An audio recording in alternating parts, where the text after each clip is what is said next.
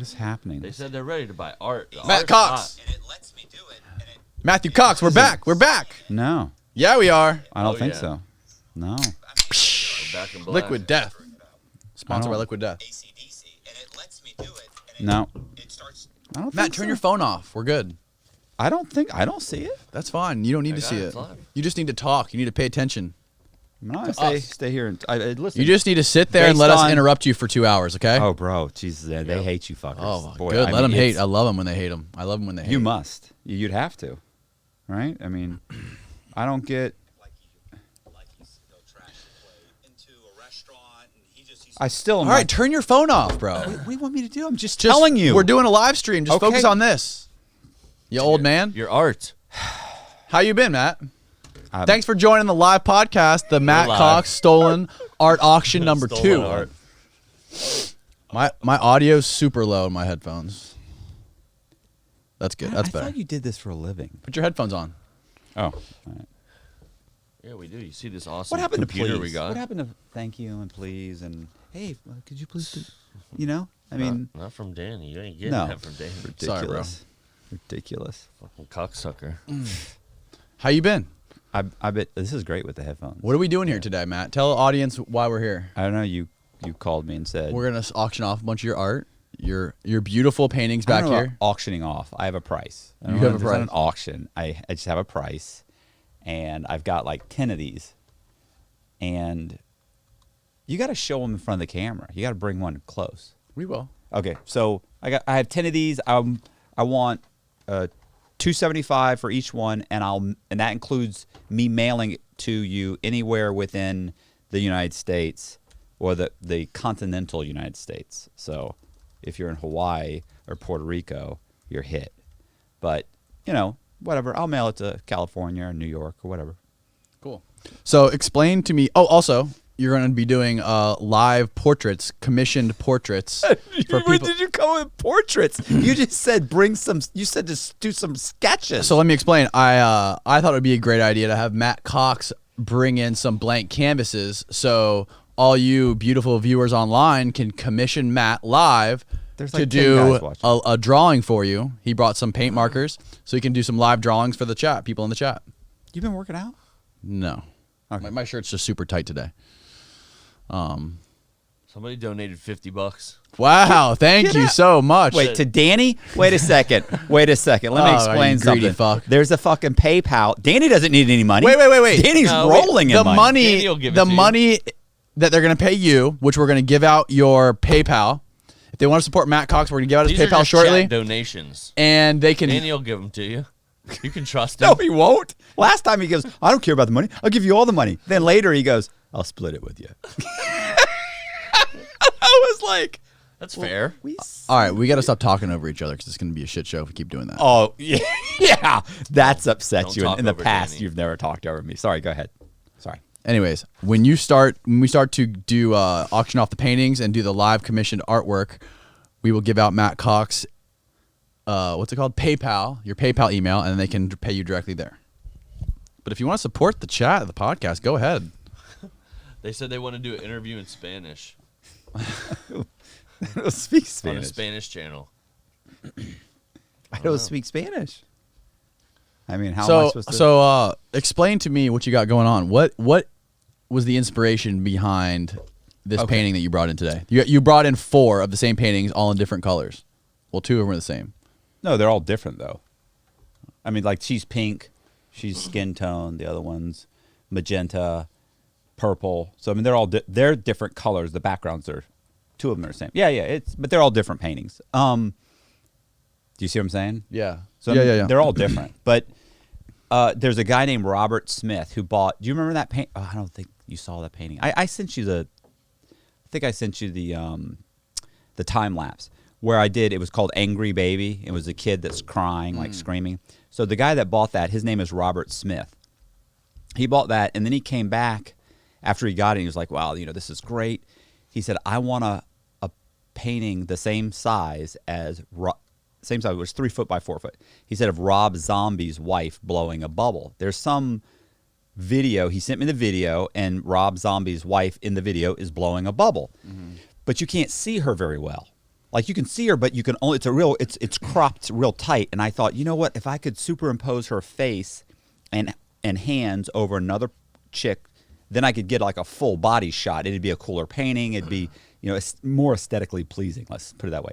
So I started looking, and as I was searching for women blowing, bubblegum bubbles, and I started searching, I came across this image, and I looked at it, and I thought, man, I love that image. That's a great image. So then I took it, and I mass produced, because I'm not tired of it. What the fuck is that? A helicopter flying over us? I feel like there's a helicopter landing on top of the building right now.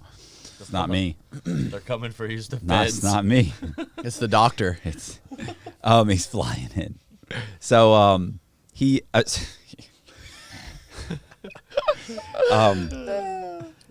what's going on? I'm probably getting notifications. Okay, so anyway, I got this, and I got a lot of guys that are like they can afford like $800. They're like, hey, that other painting was $800 or this one's $600. Like, I can't afford that. What can you do for $250? What can you do something for me for $250 or for $300? It's like, no, I can't. There's nothing I can do for $300. But then I thought, you know what? If I take the same design and I just mass produce it, like I paint it over and over and over again, and it took 3 or 4 days, but if I can do that over and over and over again, then I can sell those for like $275, and I can mail it to you, and it's affordable. And they're all different paintings. They're all individual paintings. They're the same image. Why couldn't you just create like one really badass painting and then do prints of them and just sign them all? Right, but they're prints. And at some point in the future, I may do prints, but for right now, it's like, to me, and I could be wrong, it's like I would rather have like a piece of artwork. Yeah, people like the live paint. Right. I mean, it's a painting. It's a real piece of art as opposed to a copy. And that's really what it boils down to, is it's a copy. Can you put your phone on silent? Do you mind? I can't. This is John Boziak. Sorry. Tell him to call in. He can buy some art. Uh-oh. We'll wait. He's talking shit on me live. He I heard you. gotta turn this off. He'll Hey, do you want a sticker for the Church of Chill? I don't know what that is. It's an amazing podcast done by my friend Sean Dunn and his beautiful girlfriend Cass. Yes, they do a morning Cass. live meditation podcast every morning on their channel. Cass is extremely attractive. You think? I mean, So- she is really attractive, but you have different taste. So, because you got the hots for Katie. Katie. Where is Katie? What happened to Katie? We don't bring her around when you're here. I mean, Katie was also tall though, wasn't she? Like 5'9" or something. Like, Yeah. like Katie could take me in a fair fight. I can't date a chick that could take me in a fair fight. She's too tall for you? 5'9"? She's a giant, bro. I did their podcast. I know. How was it? It was good. They were stoned the whole time. Like, they kept smoking, and I kept saying like, am I gonna fail like a? What if I get like a urine test or something? Like, what if I get a? Yeah. Am I gonna fail being around you guys? No, you're fine, bro. You're fine. But they were stoned the whole time. Yeah, They never yeah. stopped for 2 hours. They smoked straight for 2 hours. Nice. How did you meet them? Tyler. Oh God. How what were you expecting when you went there to go meet up with these people? Did you know anything about them, or I had tried to watch their video of Florida Man, or their documentary Florida Man. you tried to watch it? I tried because when you punch in Florida Man, there's like 100 million Florida Men. And You gotta type in documentary after. I mean, I did. I still got tons of them. I mean, I think I may have watched it. I think I did watch part of it, but and so Tyler told me about them, and I watched it, and they had won like Tribeca, and I thought, okay, well, let me try and find this, and I watched it, and Tyler by that point had already been like, hey, He already booked you. yeah, basically already booked me. He already had it booked. You'll hey, be- check this out. He's you'll already be- got the date yeah. booked. You'll be meeting them here at this time. I don't even know what's going on. And basically, they do documentaries. They own a production company. So I figured, okay, well, while I'm there, I can pitch one of my other stories to them, which I did pitch, and which they're interested in that story. It's like a cocaine cowboy story. And the guy's actually in Halfway House right now. Really? One of the guys. Who is this guy? His name's Mike Hudson. He's basically, he and his brother Doug they're like cocaine cowboys, bro. Back in the in the late 70s and 80s, they were in Miami, and they were like, they know all those guys, all the guys, all the big time cocaine cowboys and drug dealers, everything. They were taking boats out and loading up the boats with the Medellin cartel was loading up boats, and they're bringing it in Miami, and their mother was running the whole operation. Bro, it's an amazing story. It's an amazing story. It's crazy how many people that we've met and even had on here that were somehow affiliated with the Medellin cartel. Oh, well, it was a huge, massive operation. Yeah. I mean, these guys, Doug's brother, you wouldn't know this, but so Jesse Jackson ran for president back in the 80s, right? Right. So, I'm sorry, Mike's brother, Doug, has actually been in 3 different, he's been in 3 different Caribbean prisons. He's escaped from 2 of them. And the third one, Jesse Jackson, flew into Cuba, convinced Castro to hand over 22 or 23 American prisoners that he had been holding in his prisons, put them on his plane and flew them back to the United States. Mike Hudson's brother, Doug Hudson, was one of those guys, and this guy, Robert Young, Bobby Young, was the second guy. Now, all of them were run by his mother, ran an entire crew of guys.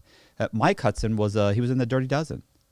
I mean, you know, listen, their whole What's story. the Dirty Dozen? It's a motorcycle gang. Oh, okay. Their whole story is just it's just this amazing epic journey that puts like the cocaine cowboys, like that story. It's just I don't want to say it puts it to shame, because that was a great story, but that was more about Miami. And these guys just have this epic journey that goes on for about 10 or 15 years. Listen, Mike's been in prison. He's been in Arizona State Prison, Florida State Prison, and done 2 federal bids. I mean, this guy's amazing. I remember when I did the research on him, I remember he told me a story. I'll just do this real quick. He told me, like, sometimes you hear stories, right? Like, guys will tell you stories, and, you know, you're sitting there, I'm sitting there writing the story, I'm taking notes, and, you know, halfway through the story, it's like, cut this shit. It's like, cut this shit, bro. This isn't real. You're bullshit. This is like a Clint Eastwood movie.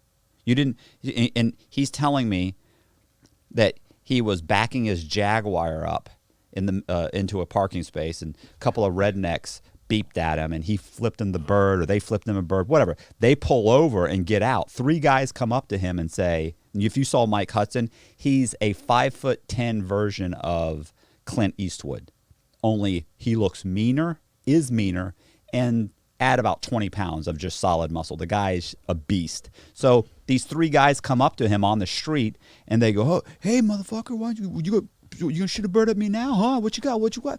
And he goes, "Don't just get out of here. Just get out of here. Don't you know? You don't want none of this." They're like, "Yeah, you got something." And so Mike, boom, he punches one in the face. Guy drops. The other guy swings at him. He catches him in the shoulder. He punches that guy. Guy goes down. He chases the other guy into a Piccadilly. You know, Piccadilly, like a restaurant. Yeah. The guy pulls a knife out and starts swinging at him. Mike takes the knife away and smashes him in the face. Just so happens that there's 2 cops eating. They jump up, grab both of them, and while they're being dragged out of the restaurant, the kid mouths off to him again, and Mike pops him, knocks out his 2 front teeth. Now, this is a story Mike told me, and I thought, you're telling me Yeah, right. at 40 years old, you beat the crap out of 3 25-year-olds. Stop it. That never happened. So then, but I had ordered all the Freedom of Information Acts. One day I get one in from Miami, and not only do I have the police report where he beat these 3 guys' asses in the middle of downtown Miami, I have a transcript from when one of the guys sued Mike. And in the transcript, at the very end of it, he describes exactly what Mike said. In the very end of it, one of the lawyers says to him, "Do you regret pulling over and confronting Mr. Hudson?"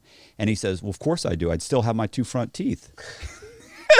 It's just like, Damn. this is amazing. Like, it's like, and of course, if you met Mike, you'd talk to him for 10 minutes and you'd be like, yeah, I can see this. I can see him swinging on these guys and getting into a fight and the whole thing. But the guy's a beast. He's a beast. When is he getting out? He's in the halfway house right now. He and his brother, I'm trying to put together with Cass and her whole group, because the truth is, I don't even know what's her boyfriend's name. Sean. Like I don't even know who Sean is. Like I don't know if Sean was How in the room. fucking dare I mean, you. if Cass and Sean are in the room, I'm just talking to Cass. I don't even know who Sean is. I mean, it's like, hey, so what are we doing? Creepy old man. I'm telling you, you saw her. So anyway, I was just thinking, who's watching this? I was just, They're probably watching it. oh, Sean's it's fine. watching it. No, All your girlfriends are watching it. oh, that's the, Tinder dates. Tinder date. That was a great segue. We should talk about your latest. I don't have. I got kicked off all the. So, apps. They banned Matt you're Cox. making YouTube videos now on your YouTube channel right. where you're basically telling your personal, deep, depressing stories of your failed relationships. I mean, it is very depressing. You talk about being depressed. I mean, yeah, I'm depressed, but I'm by nightfall, I'm over it. It's in the morning when I'm ready to shoot myself. Thank God I can't have a gun. I thought it was the opposite. I thought you were telling me when you were in prison at night. No, I said I wake up in the morning. It's like everything I can do to get out of bed. Okay. I start talking myself through the day. Okay. I still do it to this day. I lay in bed for 10 minutes thinking, coffee. You've got coffee. It's just in the next room. You like coffee. And eventually I pull myself out of bed. I go in. I start That's the coffee. every day. Every day. Every day you wake up depressed, and how long does it last? Sometimes it's worse than others. Why? Well, Because you're I mean, heartbroken? No, I'm heartbroken. No, What are this you was doing? happening when What he are was you doing? when he was in prison. No. Oh, this is prison? It still happens now. Still happens. Depression. You don't get over it. You're always depressed, or you're medicated. So I don't want to take the medication. I'm afraid rot my brain or something. I'll be 70 years old and they'll find out, and then suddenly I have Parkinson's. And it's, Are you still going to a psychiatrist? No, I only had to do that for. I only had to do that for a year. Do you miss going to the psychiatrist? No. You don't think it was good for you at all? No, she was trying to make me, be a better person, and I'm not interested in that. I can't. You can't fix this. I told her. I said, "Well, you can't. I can't be a scumbag for like 50 years. I get out of prison. I'm gonna talk to you for a year, and you're gonna change my behavior. Plus, I don't want to change. It's working for me. I like me. Yeah. No, but you do like talking about shit. You like talking about yourself. You like talking about things you do and your feelings, and sometimes that feels good. The subtle mocking is what gets me. No, I'm being serious. Hey. Oh, I don't know who that is. Austin's girlfriend's here. Austin's girlfriend. I thought that was Katie, but she's too short to be Katie. Yeah. Katie would have had a hunch to get through the door. I can't believe you think she's fucking tall. She is. She's like Is it that 5'9". Katie's not that tall. No? I mean, she's probably my height. How tall are you? I'm 5'10". It's ridiculous. It's for a woman? She's In that a good tall? pair of shoes. No, she's not that tall. No, she's probably 5'9", 5'8". 5'8", 5'9". Listen, if you're 5'7", you're a giant to me. It's ridiculous. So listen to this. This really struck me. I was talking to Matt on the phone like a couple weeks ago, and he was talking to me how his previous girlfriend broke up with him. And you can tell. Jess. I want you to tell the full Jess. story about that in a minute. All right. But he's talking about all these dating apps, how it's so hard for him. You'll tell the story. But I asked him, like, Matt, fuck a dating app. Why don't you just go to the bar and try to chat up some lady at the bar, buy a drink? Yeah. Matt's response to me was, I'm 5'5". I can't. 5'6". I'm 5'6". I can't go to a bar and pick up chicks.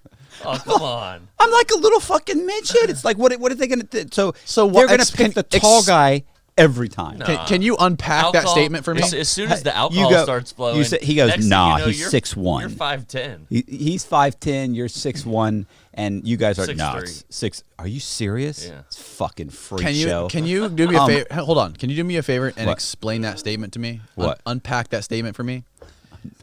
I'm going to steal that. I'm using that. I mean, why say explain when you can say unpack? Go ahead.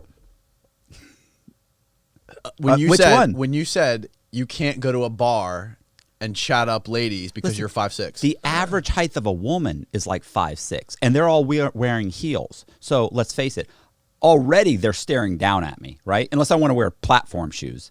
So, which I'd wear if it wasn't so obvious. Just going to the wrong bar. Wrong bar? What, the one where they wear Go to the the beach. dirty foot bar? The beach where I'll they go. wear I'll go to the flip-flops. dirty foot bar. Where they wear flip-flops Show me where that bar is. on the beach. Yeah, he's right. First of all, you know the other problem with going to a bar? You go to a bar. Yeah, you what hang bar out. are you going to where everyone's wearing high heels? Yeah, you're going to Tampa and shit. No, I don't go to bar. I haven't been to You're a going bar to in the- you're- 20 you're, years. You're probably thinking like the nightclub. I haven't gone to a bar in 20 years. I'm saying in Go general. to timeout, get you a 5-6 over there right now. People are hating on you, boys. Let me tell you, they're gonna be like, "Shut up, hat rack! Fucking quit asking questions and not let Cox respond." All right, we can't talk over Cox. Okay, so listen. Glorious. What the fuck did I drive over here? It's an hour to get here. Anyway, so what I am saying is this: is that if you hang out at a bar and you talk to one or two women the entire time you're there, what's the likelihood that you end up hooking up? This has got to go on for months and months before you end up finding a chick that you like. First of all, not just knocking them off. I'm not talking about knocking them off. Okay, that's not that difficult. What I'm talking about is a chick that you like, that you want to hang out with, that you want to spend the rest of your life with. Because I'm 51 years old, bro. I'm 51 years old. You can't even understand the problems that I have. Women have to get over multiple things. First of all, you went to prison for scratch that. First of all, multiple felonies, on the run for 3 years, owes $6 million, which I'm good for. Went to prison for 12 and a half years, got out at 49, now 51. I've been out of prison for 18 months, starting your life over, lived in someone's spare room, was driving a car that didn't have ABS or a radio that worked or AC. Luckily, I just got a new car. Still not a great car. But the point is, at least it's not a death trap. So, I mean, I just got an apartment, just got a new vehicle. Everything I have is brand new. And I don't have that much. I mean, I'm struggling. So when you go in, if I wanted to go in and just completely BS somebody, sure. But I go in and I'm just very honest about this is the situation. You know. Yeah, but don't you think that's interesting? Don't you think that's an interesting thing to have a conversation with somebody about your story? Yeah, but at my age, listen, if a chick's over 35 years old, she's starting to realize, look, it's a downhill slide at this point. I got to find a guy that's stable, that is not a complete maniac, right? And everything about me says that's not what maniac. I don't think that's what all 35-plus-year-old women are looking for at bars. No, I'm the ones that you want to end up with. The ones that are at bars that are picking up some guy just want to go home and get the shit banged out of them. I mean, you know, but that's not the chick that you're probably going to end up with. Not that you couldn't end up with that. Not that I'm opposed to that.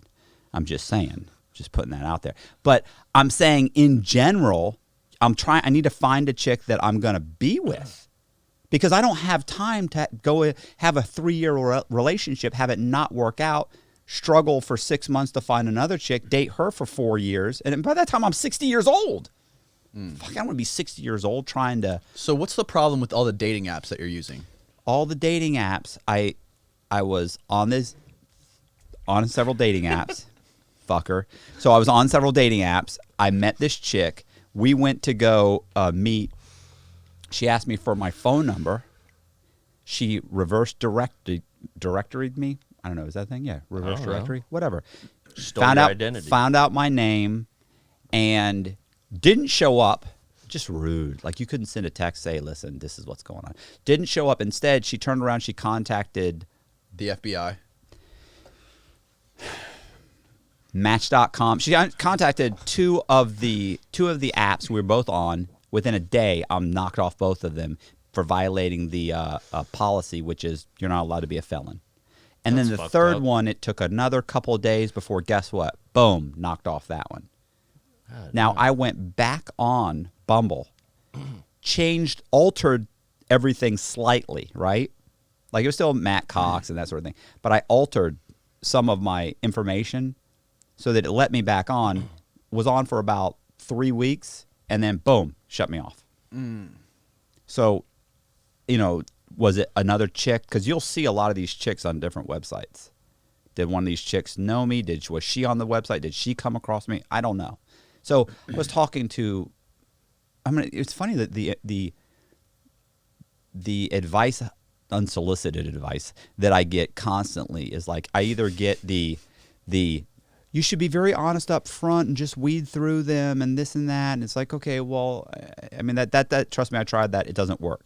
Or you should not say anything. The psychiatrist, the federal government psychiatrist told me, date these women for at least 3 or 4 dates. Let them get to know you and then tell them. And I went, so let's face it, by at least the second date, you're having sex. So you want me to sleep with this chick 2 or 3 times and then tell her I just got out of prison.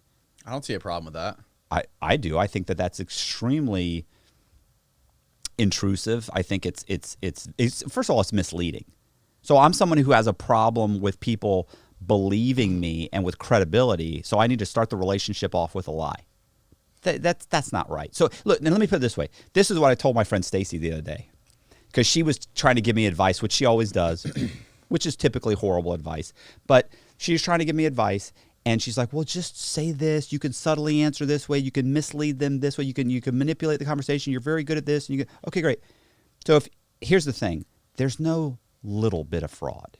All right? There's no gray area. You've either committed fraud or you haven't. So what I told Stacy is, if I go back on a dating app, I'm going to create a completely new Instagram, Facebook, new name, Gary Sullivan. I'm a Gary Sullivan, the whole thing. I'll set up an entire thing. I'll just fake the entire thing, and I'll date the chick for fucking 3 months until she's deep in, and then I'll say, boom, got to mention something to you. I'm not Gary Sullivan. Then I'll then you club her over the head. Why would I possibly go out with her for a week? Because you're gonna lose a ton of them that way. And then you still have to find somebody that you like. How many women have you dated that you like, that you're in a committed relationship right now, that you feel this is the person? And I'm assuming that you date a lot. Date? No, not too often, no. Okay. So you're smashing chicks. Shane hasn't been on a date or hooked up with a girl in probably half a decade. That's not true. You were with that chick the other time we were here. Yeah, and I'm sure that didn't turn out too No, good. it didn't. But that's what I'm saying is that how many women have you gone through and you haven't found Mrs. Right, and you don't have any of the problems I have. Matt, have you ever tried going to the strip club? You don't meet. Actually, I did date a stripper for 3 years. You I should actually just was get- engaged to her too. You should just She's get a a- really nice girl. You should just get a mail order. A mail order bride. Yeah. Yeah. Listen. Cut out the middle. Just go for it. No, look, Matt's got a newfound moral compass. And He if can't I be had- doing this. Look, no, honestly, if I was a multimillionaire, I would go with some Eastern European chick that's a mail order bride. Because, look, they're vicious, but at least you have an arrangement. You say, look, I'm going to marry you. We're going to stay married for 3 years. Then I'm swapping you out for another one. I'll send you off with some real estate and a 401k or an IRA, a Roth IRA. I'll set you up over the next 3 to 4 years, and then we go over back there. We pick up another chick. We'll swap you out, and you're good. I mean, she's an indentured servant for 3 to 4 years, whatever it takes. I'm saying wouldn't mind that because it's an arrangement. I get that. That's okay. I'd be okay with that. But I'm not a multimillionaire, and bringing first of all, it takes tens of thousands of dollars to go over there. You find the girl. You got to bring her over here. She has to go back for 10 days or She's so. gotta be She has to come 5'2". back over. She's got to be 5'2". It's a whole thing. Well, look, I'll take 5'6" and under. So how long were you dating your previous girlfriend? I don't want to say her name. I don't want to air her out or anything like that. Hey, but you go on my She was channel. on the She's podcast. on you my put her all over your channel? Oh, she's all over my channel. She texted me today when I released the video today, because I made some crack about how it's not my fault, that there's an issue between the two So of us. how long were you and- guys dating? I don't know, like about 14, 15 months. And then why did you guys end up breaking up? I thought, look, listen, any relationship, there's like ebbs and flows, right? Like sometimes it's amazing, and then sometimes, it's good, but it's not as good as it was at one time. Like there's obvious, right? Like not bad, but sometimes you're more over the top in love than others. So we would have a couple of great weeks, and then we'd have a week where we didn't talk or even see each other for a week. What's going on?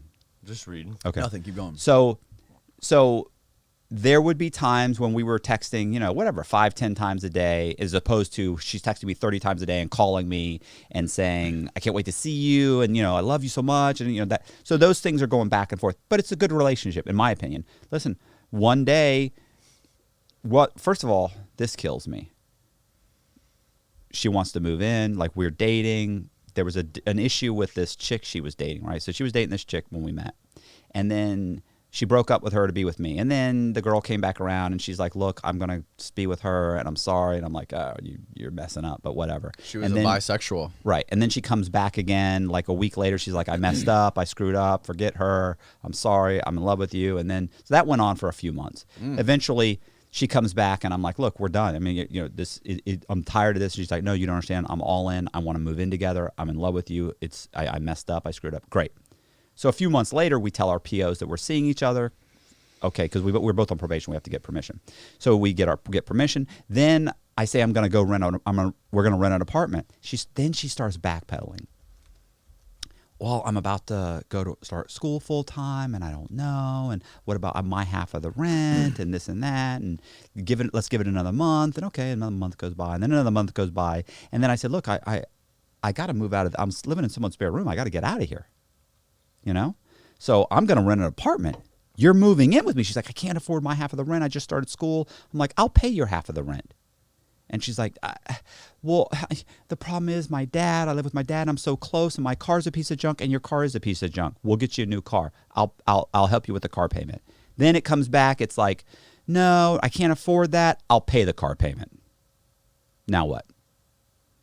I just need more time. I need more time. Backing her into a corner. Oh, yeah, of course.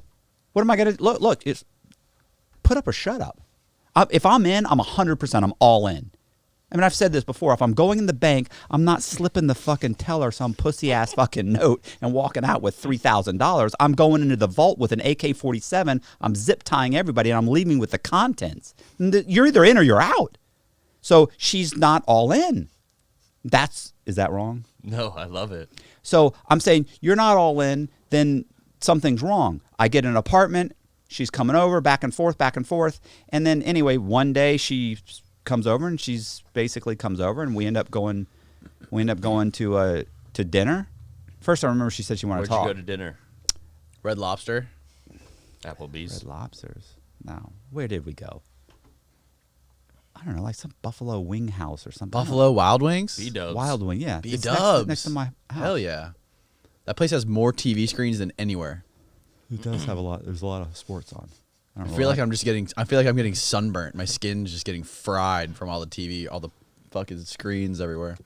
Anyways, you guys go to B-Dubs, then what happens? I don't like that he calls it B-Dubs. That's So what people call it. do they? It's by my house, bro. Anyway, we go there, and I Austin, said, what do you call it? B-Dubs. B-Dubs, yeah, baby. well, it's not my kind of place, okay? It's a sports bar. I'd rather not go there. Whatever. Not my call. So we go in, we sit down, and I said, so what'd you want to talk about? I'm happy. I'm having a good time. My girlfriend's here. We just had sex. Everything's good.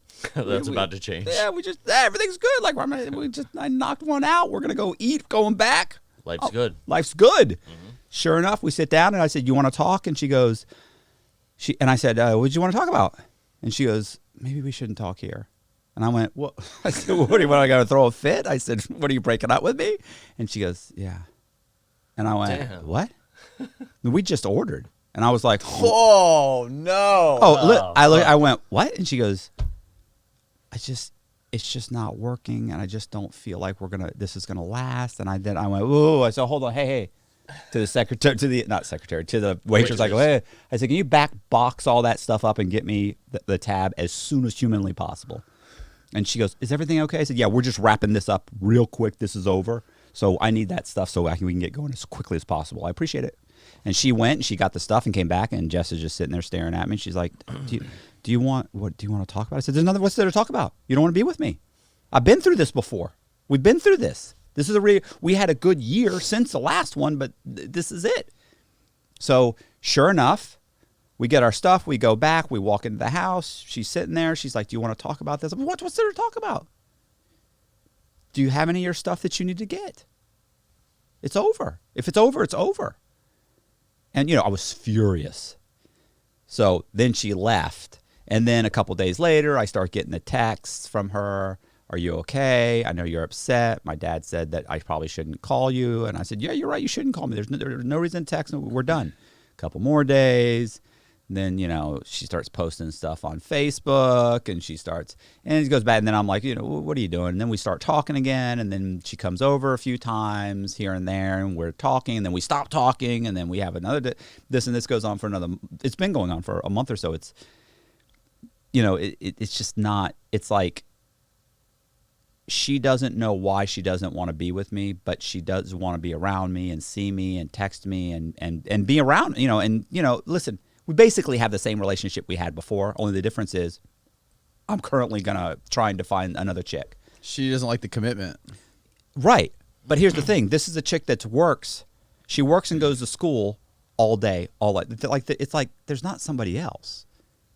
It doesn't make sense. Her whole thing is, I don't see us being together for the rest of our lives. Okay, we're too different. That's what she said. That's what she says. We're too different. So she's like, I don't see us having a successful relationship because we're too different. Right, I understand. So what you're saying is that like a housewife and a guy that sells insurance, they don't have anything in common, so they can't be together? You're saying that a secretary and a guy who's a garbage man that live together and have a 40-year relationship and raise 3 kids, they can't be together because they don't have anything. You're telling me that only people that both are mechanics can survive a relationship? So you and your wife must have the identical backgrounds and careers, right? No, you don't. That's right, right? Oh, that's right. That's not how it works. So the fact is, it doesn't make sense. So it's like nothing she's saying makes sense. She's saying, I'm in love with you. I'm attracted to you. I love talking to you and hanging out with you. And it's like, okay, so what's happening? She's comfortable with you, and all that stuff is true, but she doesn't want anything long. She doesn't want to get married and have kids with you. Maybe she wants to get married and have kids, but she wants to have kids somebody else, some younger guy, a taller guy. And I thank you. What a dickhead! I look. Don't think I haven't had that conversation. I was like, give me a reason. Tell me you want a guy that's 6 foot tall. Right. Tell me you want a guy that's a mechanic, or which is what she's going to school to be, like a mechanic. Like, tell me that you want a guy. Tell me that I have bad breath. Tell me that I'm too old for you. That's a real issue for me. I said, she's 34 and I'm 51. I'm like, tell me that. That makes sense. And she's like, what are you talking about? You don't even look 51. She's like, we look like we're the same age practically. She's like, I don't look 34 and you don't look 51. She goes, that's not it. She's like, you're amazing. You're a great person. You're great. That hairline's not a day older than 25. It shouldn't be. It costs $14,000. Best Bank of America money I spent. Cha-ching. So I need to finish one. Oh, this one's full. Okay. Yeah, so it doesn't make sense, but whatever. No, it's never going to make sense. But it doesn't make sense. It's none of my business. Whatever. So, yeah, it's an issue. But the problem is, like I posted that video today, and this other chick that I'm talking to saw the video, of course, which I knew she was going to. And then she called me, and she's like, it sounds like you're not really over this chick. And I'm like, well, no, of course I'm not over. I mean, we dated over a year. I'd be a complete nut job if I was just over her just like that. It's dragging out. So how did you meet this new chick? She watched me on KONCRETE. Really? I've actually had a couple of women. Boziak came in here a week ago. He met his girl off the show. Yeah. Boziak come in here a week ago with some new girl he met. Matchmaking him over here. She DM'd him from the KONCRETE podcast. She saw his podcast on here with you and him, and now they're together. Right. I mean, that's but I mean the other it's just. And I'm going to the wedding. Yeah. This is a chick that I'm just talking. Like I've talked to a couple of chicks, but I haven't seen them. I haven't gone out with them. I haven't done anything. I mean, we're just communicating. Like they're in other states, right? This other chick's in another state. But didn't you meet a girl for a blind date off one of those apps? Wasn't a blind date. It was during my 3 weeks that Bumble let me slip back in there, and then just in that. So how did that play out? Let's see. I went on a couple of. They're not blind dates. They're like their app. They're dating. Well, whatever. They're not a blind date, but you've never seen the person in real life before, right? No, not in real life. Right. But they didn't get catfished. It was her. So I went on a couple dates, but the problem is I went on the dates, and I'd broken up with like Jess, or Jess had broken up with me like 2 weeks earlier or a week and a half earlier. So I go on some date with some girl, and she's talking, and I'm not even paying attention, and at the end of the date, I'm like, okay, well, hey, it was nice meeting you. I give them a hug, and I just head back to my car, and they're standing there like, what's going on? And I'm just like, I'm not feeling it. Like I might as well have gone to dinner with my sister. Tell me about tell me the story about the girl you met who was a Scientologist. Okay, now that was one of the best dates that was out of the 2 or 3 dates, there was 3 dates, but out of that 3 dates, that chick, amazing. Really? Was she the hottest?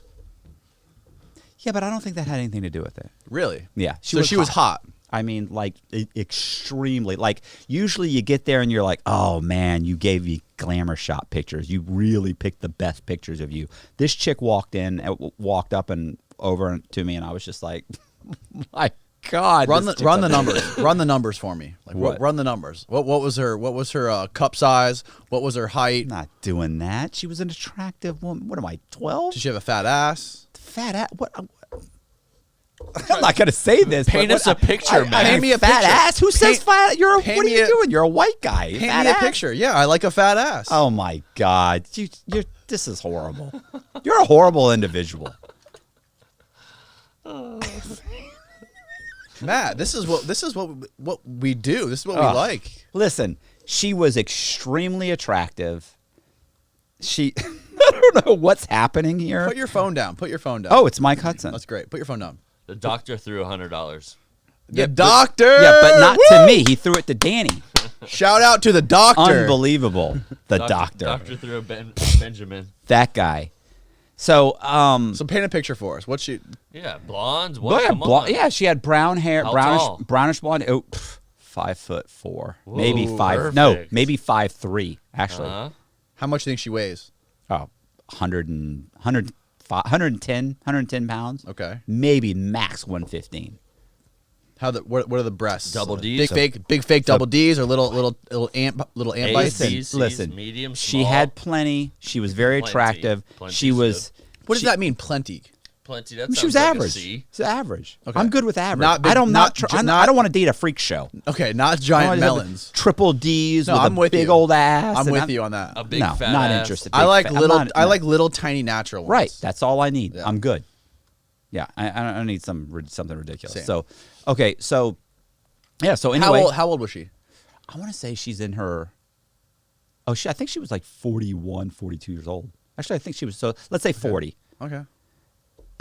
She had her shit together. Scientologists, they have their shit Of together. course. Yeah, she was sharp as a tack. And we sat down, we started talking, and this is what was so funny was I had mentioned during our texts, she had said, "You seem great, you seem this." I said, "Yeah, well, it's not all it cuts out. It sounds." I said, "Trust me, there's an issue." And she's like, "Well, what's the issue?" I said, "I'll mention it to you when we meet in person." So we talked for about 2 hours. Like we had dinner and about an hour and a half into it, let's say. Hour and a half into it, maybe 2 hours. She says, "You seem so funny and great." Like we were having a great time. And she said, "Well, what's the issue?" And I went, What's the catch here, Cox? I said, "All right, here's the catch." And I explained, like, here's what's going on. Boom, boom, boom. I go through the whole on the run, incarcerated. I knocked it. I did it in 30 minutes. I go, I'm going to give you the 30-minute version because the 2-hour version will freak you out. I said, I'm going to go with 30 minutes here. And she goes, okay. She goes, I'm ready. I said, okay. So I tell her the 30-minute version. Boom. Give her the 30-minute version. And at the end of it, she goes, "Look, I'm not going to lie." She said, that gives me pause. She said, "But, I mentioned to you that I'm a Scientologist. And some people have issues with that." She said, "I told you that up front, because I wanted you to know that." She said, "But that's a big one." I said, "It is a big one." And she goes, "Let me think about it. She said, "But I think I'm going to be okay with it." She goes, "But let me think about it." She goes, I have to kind of pass it by. She had to consult with Xenu. She had basically had to talk to, she didn't say, in my opinion, she made it sound like she had to pass it by someone, right? Mm-hmm. Yeah, she had to talk to Xenu, the galactic overlord. I don't know who that is. So L. Ron Hubbard. I understand the mocking. But the point is that we talked. Listen, we talked for another 2 hours and change. So about 30 minutes later, we're talking, and I remember at one point she stopped and she just leaned in and she goes, "Do you feel the chemistry between us?" And I go, "Yeah." It's like, that's nuts, right? And she goes, "It is. It's crazy." She was like, "I never feel this way." She goes, "And I feel this. This is great chemistry. And I go, right? So then this goes on. We end up going into the bar. We sit in the bar. We talk for another hour in the bar, and we're leaning in and talking. And finally she says, listen, she goes, I have to go. Are you guys drinking at the bar? Matt doesn't drink. I know you don't drink, but did she drink? I think she had like a, what, because she found me interesting? No, because she's a Scientologist. I'm interested to see if Scientologists drink. I don't know if she drank or not. She might have had a glass of wine. I don't recall her drinking, to be honest, but whatever. I'm into the details, Matt. It's okay. Okay. So, well, we went to the bar. We sat down. I had a Diet Coke. I don't know what she had. So we were talking, but I mean, literally like another hour or so into that conversation, she ends up saying, she goes, look, she goes, it's late. I'm going to have to go. She goes, and honestly, she said, the chemistry between us is so overwhelming. She goes, I feel like we're going to, she goes, I'm going to kiss you here. She goes, if I don't leave soon. Damn. And I was like, well, you have to understand too, we've got the masks. She goes to the church. She can't go to the church if she's had like contact with me, right? So they have all these rules about that they're trying to keep from getting, like nobody in the church has gotten COVID. Okay. Because they're extremely stringent on the rules. And so anyway, I said, okay. I said, yeah, okay, that's cool. And we leave, and she gets in her car and she leaves, and she says, look, she goes, I'm going to call you tomorrow. She said, when, like, I go, when do you want to see each other again? She said, like, probably this weekend. I mean, she said, I got to ask some people at the church how, like, about talking. That's weird.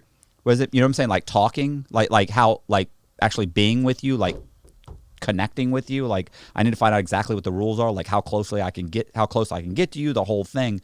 She said, I need to find out exactly what those rules are. She said, but yeah, probably like this weekend. She goes, I definitely want to see you again. I said, okay, cool. So that's it. The next day, she sends me a text. She says, I had an amazing time. You're an amazing guy. The chemistry was overwhelming. She said, I find you extremely attractive, interesting. She goes, you're just an amazing individual all the way around. She goes, and I know that this isn't going to make sense at all. She goes, but I'm afraid we're going to have to keep this in the friend zone. She said, it's just, I know it doesn't, I can't explain why. I just have to, it just can't go any further than where it is right now. And I'm so sorry. And she goes, I understand if you'd be upset about that, but I would really like to keep you as a friend. And I went, Slow game.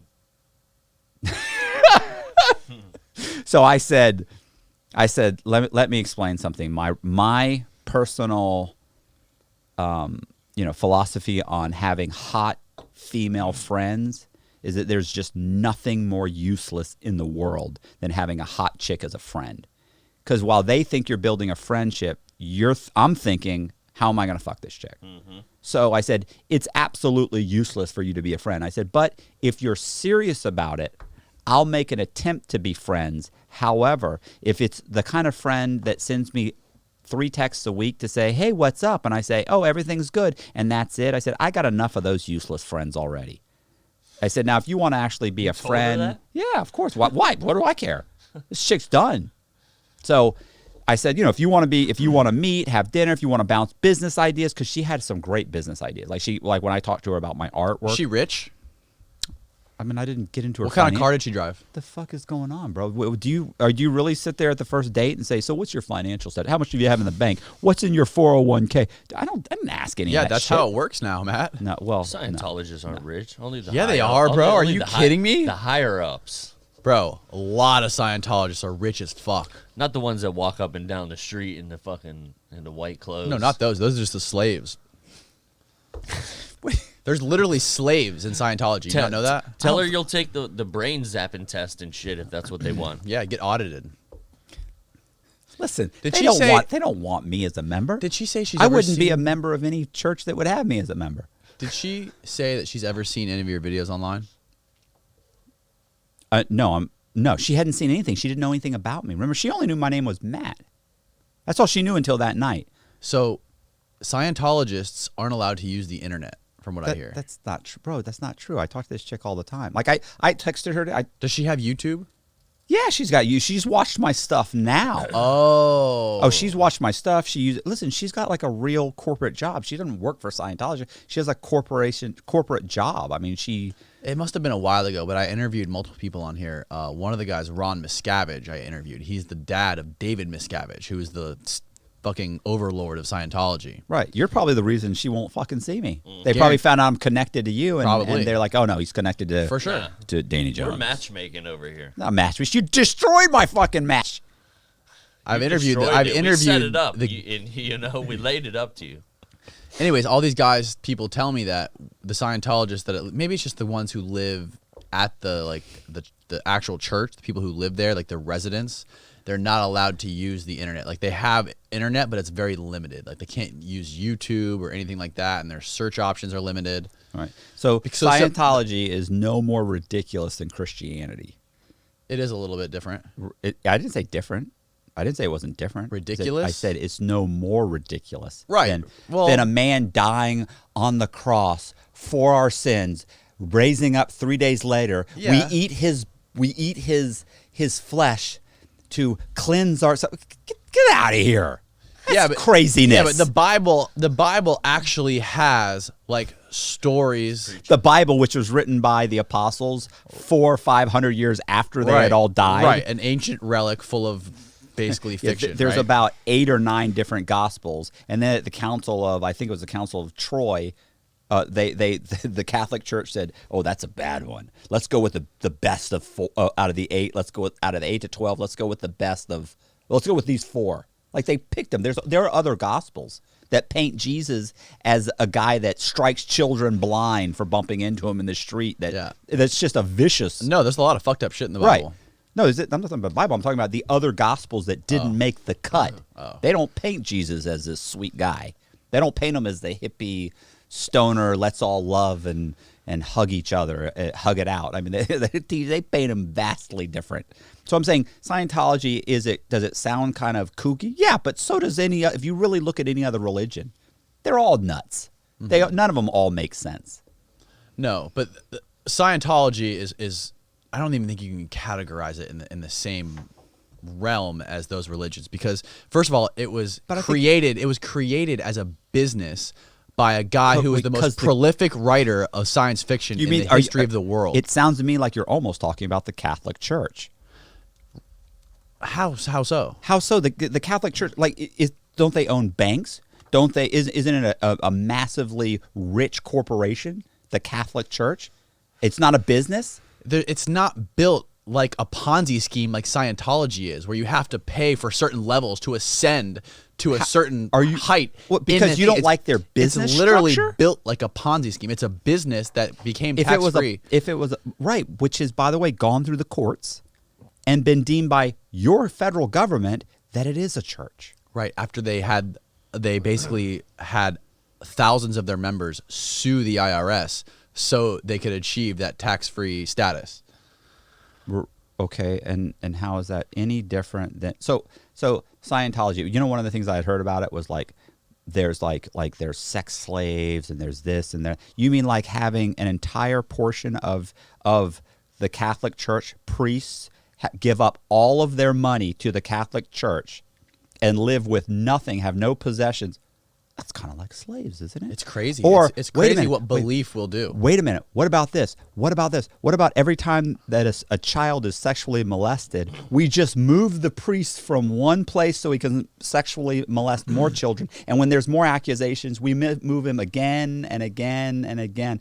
That's no different than the kind of stuff that's going on in the in Scientology. I'm saying it's all whacked. To say that no, they're horrible and these other things are good. Come on, bro. Every preacher out there is robbing their church or parish blind. Right. I mean, it's constantly happening. So, to point one out because L. Ron Hubbard came up with it. I mean, yeah, okay. It's not just because L. Ron Hubbard came up with it. There's lots of crazy shit in Scientology that doesn't happen just like in every other religion. Like, for example, if you leave Scientology, or if you're in Scientology and you have someone in there that commits that breaks one of the rules or leaves, you have to disconnect from them, where you cannot have any communication with them or anybody else. Like, you have to literally disconnect completely. I've had people on here who talked about it who have left. Right, I understand. And I mentioned this chick who was in the church. So here's what she had said. When I said to her, I said, well, I don't understand. I said, you're on a date with me. I'm like, you're not thinking of converting me. She goes, I was married to a guy who was Muslim She goes, I was married to a Middle Eastern man who was Muslim. She goes, for 8 years. She goes, he didn't go to the. She goes, and I've always been in Scientology. This chick's father was a Scientologist. She said, I never tried to convert him. I never tried to get him in the church. She goes, and I said, yeah, but I said, I have a friend named Stacy, and Stacy told me that at some point they will tell you, as you ascend, they will eventually tell you you have to disassociate with anybody who's not Scientologist. She goes, yeah, that's not true either. It's not anybody who's not Scientologist. It's only people who speak negatively about Scientology. Absolutely. That's what she said. She said, if I'm with someone and they start talking negatively about Scientologists and try and get me to get out of Scientology, she goes, I have to have a conversation with them where I say, look, you have to stop this behavior or I just can't talk to you anymore. Right. You have to disconnect. Right. And to me, that makes sense. Like if you're going to mock my religious belief, then I just can't be around you anymore. I mean, you truly are a believer in anything. If I was a true believer in Catholicism, and every time I hung out with Danny, he was like, oh, what's going on with Jesus? Oh, hey, do your fingers hurt? Do your hands hurt? Or where are the holes in your hands? Hey, what's about stigmata? And you started mocking me. Then eventually I would say, Danny, you got to stop doing this. And if you say, well, and I'm not going to, I'd say, okay, well, kick rocks. We're done. Okay, but what if you did an interview with somebody or wrote something online questioning Catholicism or questioning anything about it, and then she has to disconnect from you completely? I mean, I don't know. I don't know exactly. I mean, it's what not. happened. I mean, you're trying to make it sound like mocking or like always like ridiculing it or whatever. I mean, it's even if you question it publicly, you have to completely disconnect. And if, like, I've had a guy on here who his entire family is still in Scientology. He left, and that he hasn't had contact with any of them since. Like they do things where they send people out to his house with cameras to literally stalk him and follow him everywhere he goes, and that happens to numerous people. I mean, it may happen. I don't have enough information to make I'm just saying informed decision. It's crazy how much more shit they do, like hiring private investigators to follow people around, armed, filming them, confronting them at their homes. I mean, it's fucking wacky, bro. Bad things happen. Bad things do happen, especially in Scientology. Everywhere. Mm-hmm. I mean, I don't know. We're not going to solve this. I mean, we don't have to solve it. I need another Bud Light. You need another Bud? Help me out. They're ready for the paintings. I mean, I want $275. You have my PayPal. Send $275 and your address, or you can give my email address. Look, I have more, and I'll make more, but I've got like 10 of these things. Can you grab it? Oh, Yeah, they want to see it up close. all right. Hold on. Ow. Oh. Which one? Which one looks? I like them all. I like these. These are all. Just grab one of them. I like the hot pink one.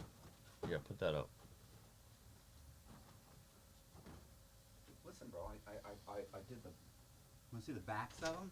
What the fuck? Oh, jeez. What did you do? Bro, what did I do? I mean, You tripped over all the fucking electric. What do you expect? What kind of electric shop is this? why can't you have a real studio?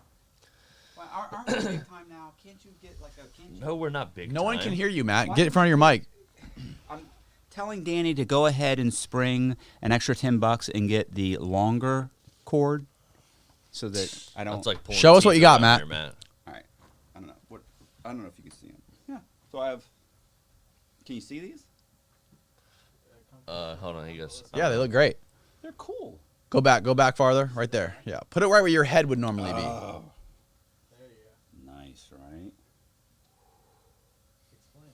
And you can go on my. You can go to my Instagram. Actually, I have pictures of them on my Instagram. Do you? Yeah. Yeah, I have a bunch of them. What? Beautiful, Matt. Beautiful. Set them back Why up. are you Funny laughing? comments. What are the comments? People don't know how you can't find a woman. They said women love true crime.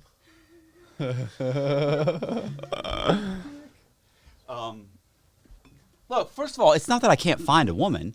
It's just, listen, I'm 51 years old, and look, when they're in their the fuck? You're looking at the negatives. What do you mean the negatives? I mean, look, if I wanted to get some fatty, and I hate to say that, but if I wanted to get some road hard fat chick that looked like a fucking trucker, then yeah. But I'm sorry, I have a little bit of standards. You got a documentary and a fine arts degree. You're fucking top tier. You got millions of views on YouTube. Yeah. What more could you ask for?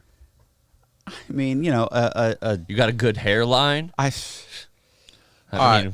If anybody wants one of these beautiful paintings from Matthew B. Cox, yeah, give me my PayPal. let us know. I gave him the PayPal. What about Or my actually, email? if You can go to if anybody has any relationship advice, or if any of you what are you doing?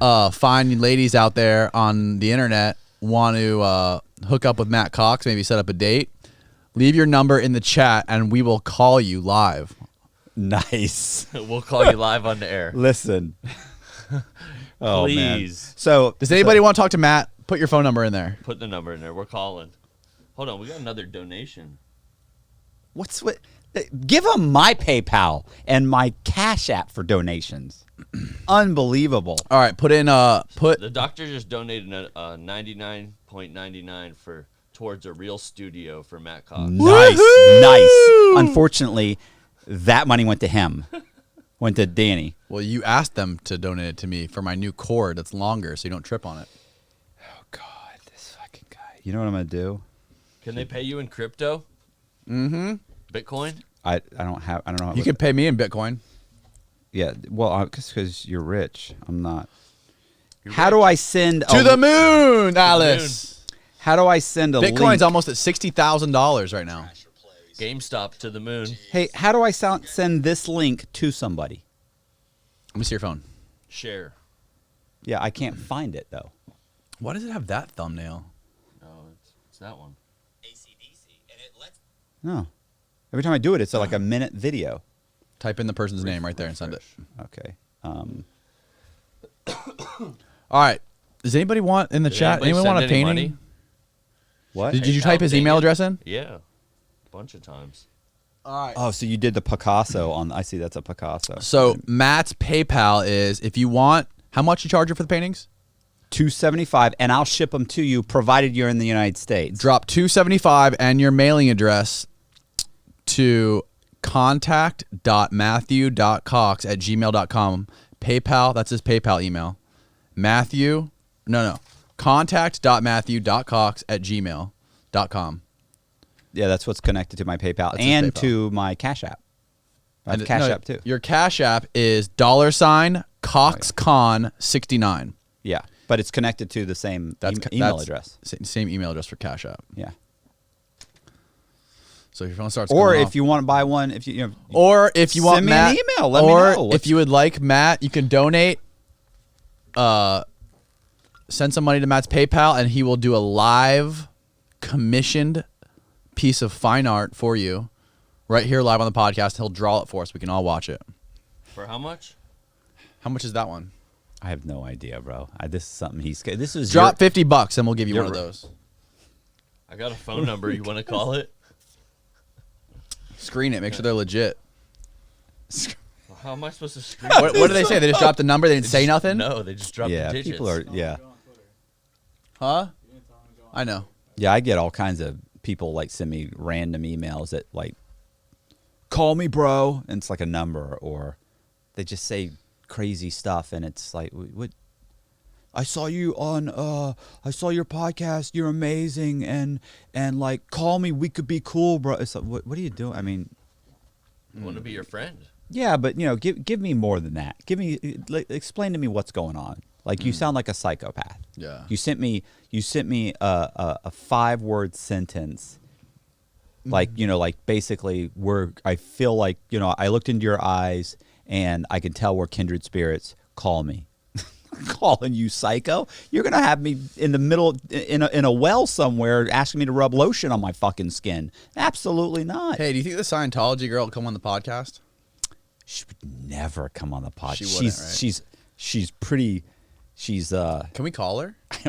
Ooh. There's no matter of fact. If I think even talking about her may have been. Did someone just cash at me 69 cents? Nice. 69 cents. That's awesome. They deserve a picture. That You should draw them a commission. It was probably $1, and it took money out. It was hurtful, though, is what it is. Okay, so let me think. What is her name? Okay, let's go.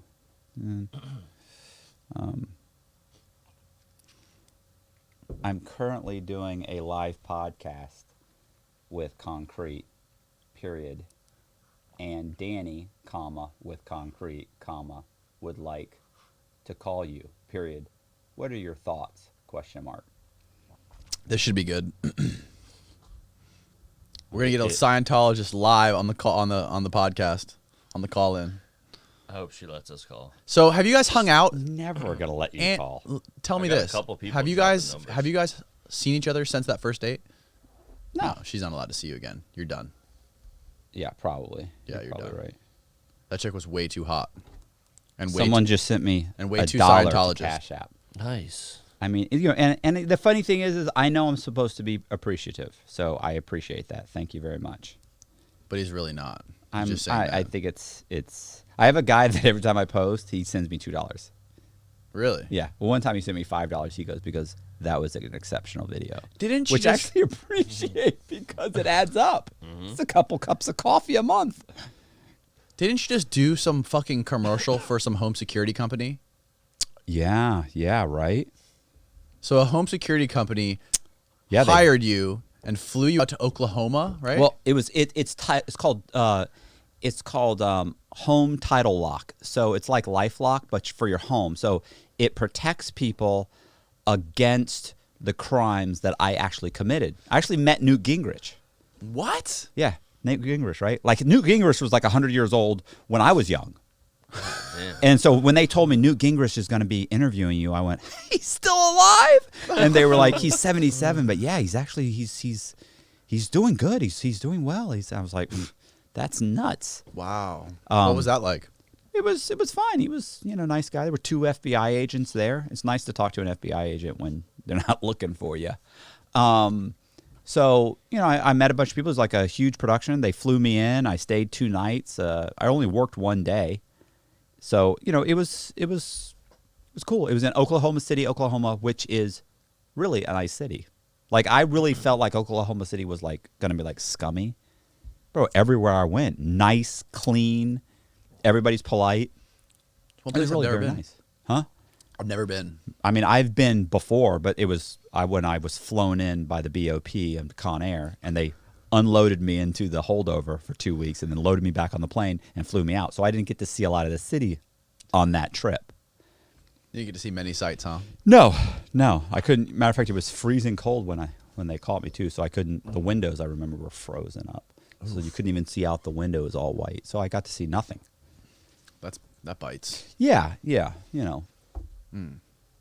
So any more hot dates besides the Scientology girl? No, No. nothing that no, not really. So you're on the up and up. At least you're feeling better now. I mean, I'm starting to feel. You kind of I'm get starting past the depression. Well, I am, because I'm starting to basically come to the conclusion that, like, I was holding out that the thing with Jess and I, like, was going to work out. Like, she's going to figure it out. She screwed up. She's going to come back. She's going to apologize. I'm going to give her some shit, but I'm going to be okay.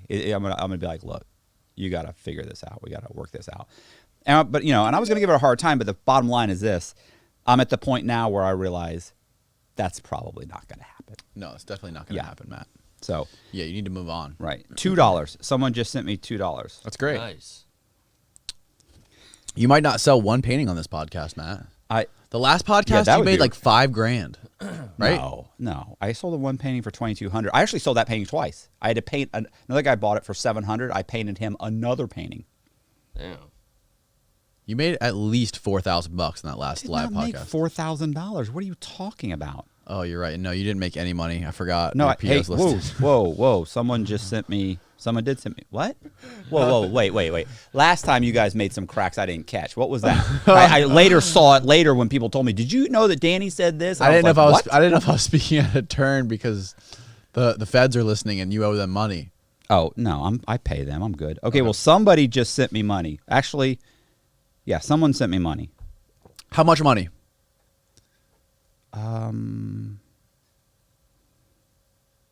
But someone, Matthew Clements, sent me $266. They took money out for That's PayPal. perfect. Yeah, Which that's color great. does he want? Matthew Clements. Matthew Clements. Do you want pink?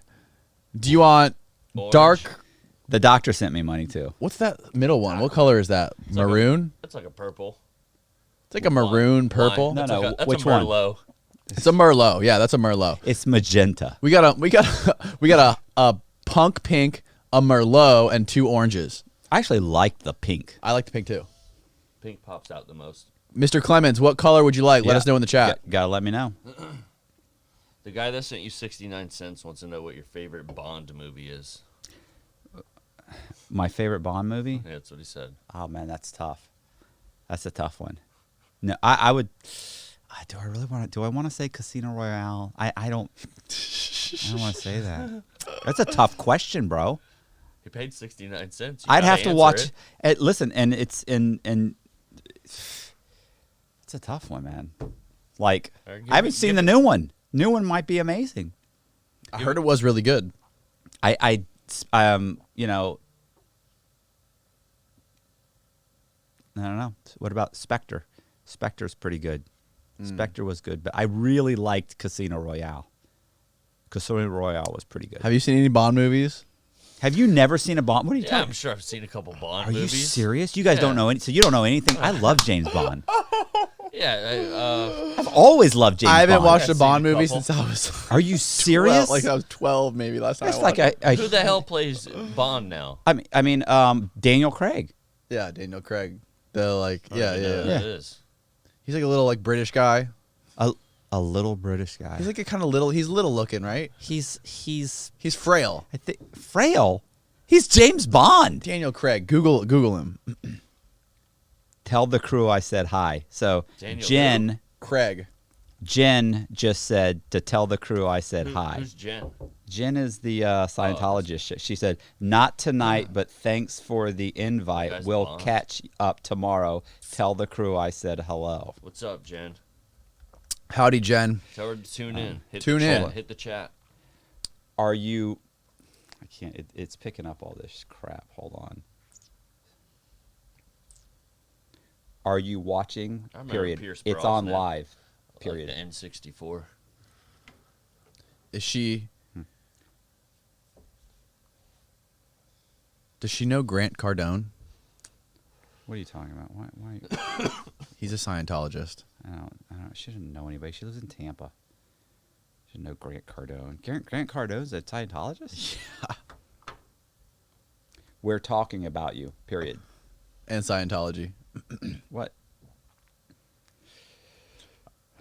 No, we're not. You're talking about Scientology. I'm not. We're I both have talking about- I have nothing. You have an issue with Scientology. I have no issue with Scientology. So you would be a Scientologist?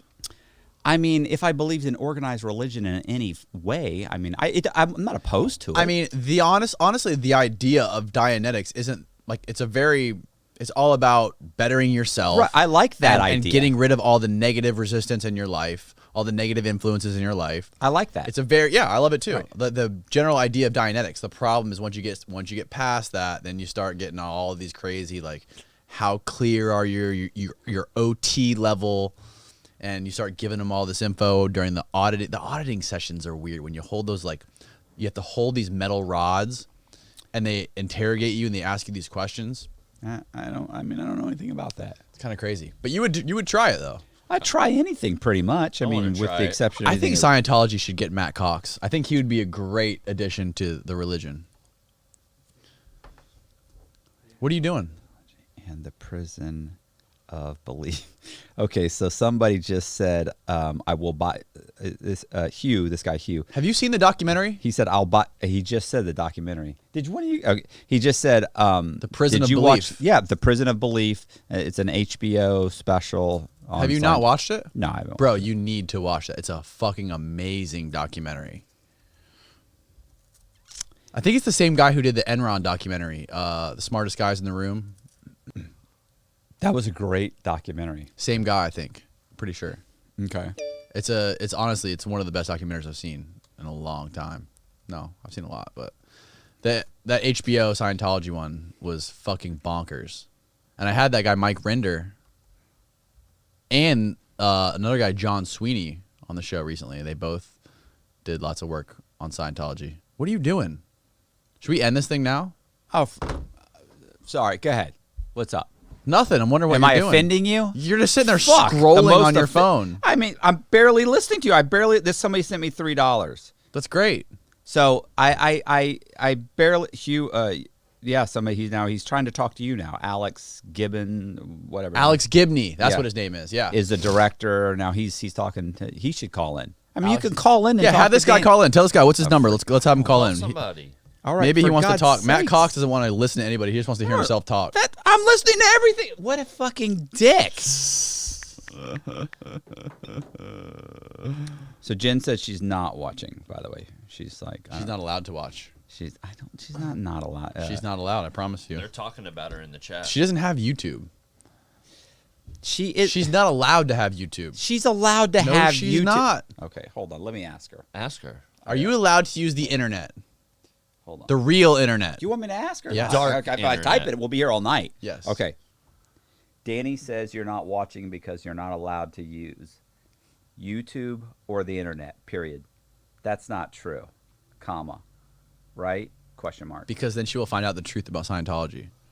Like she hasn't already fucking look. She's a business person.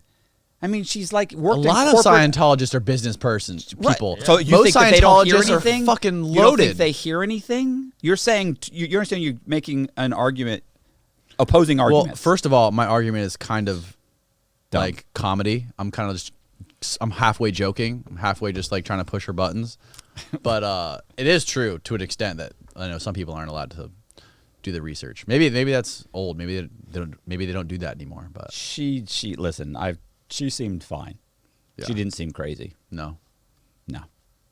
You would join Scientology for her. She's like, Matt, come What live am with. I Let's doing? move in. Come What if- on. what if I'm a you really- guy. What if she goes, Matt? I'm a guy. I'd I- pretty much do anything for a This piece girl of goes, ass. Of course I'd Matt do it. Cox. I'd fake it.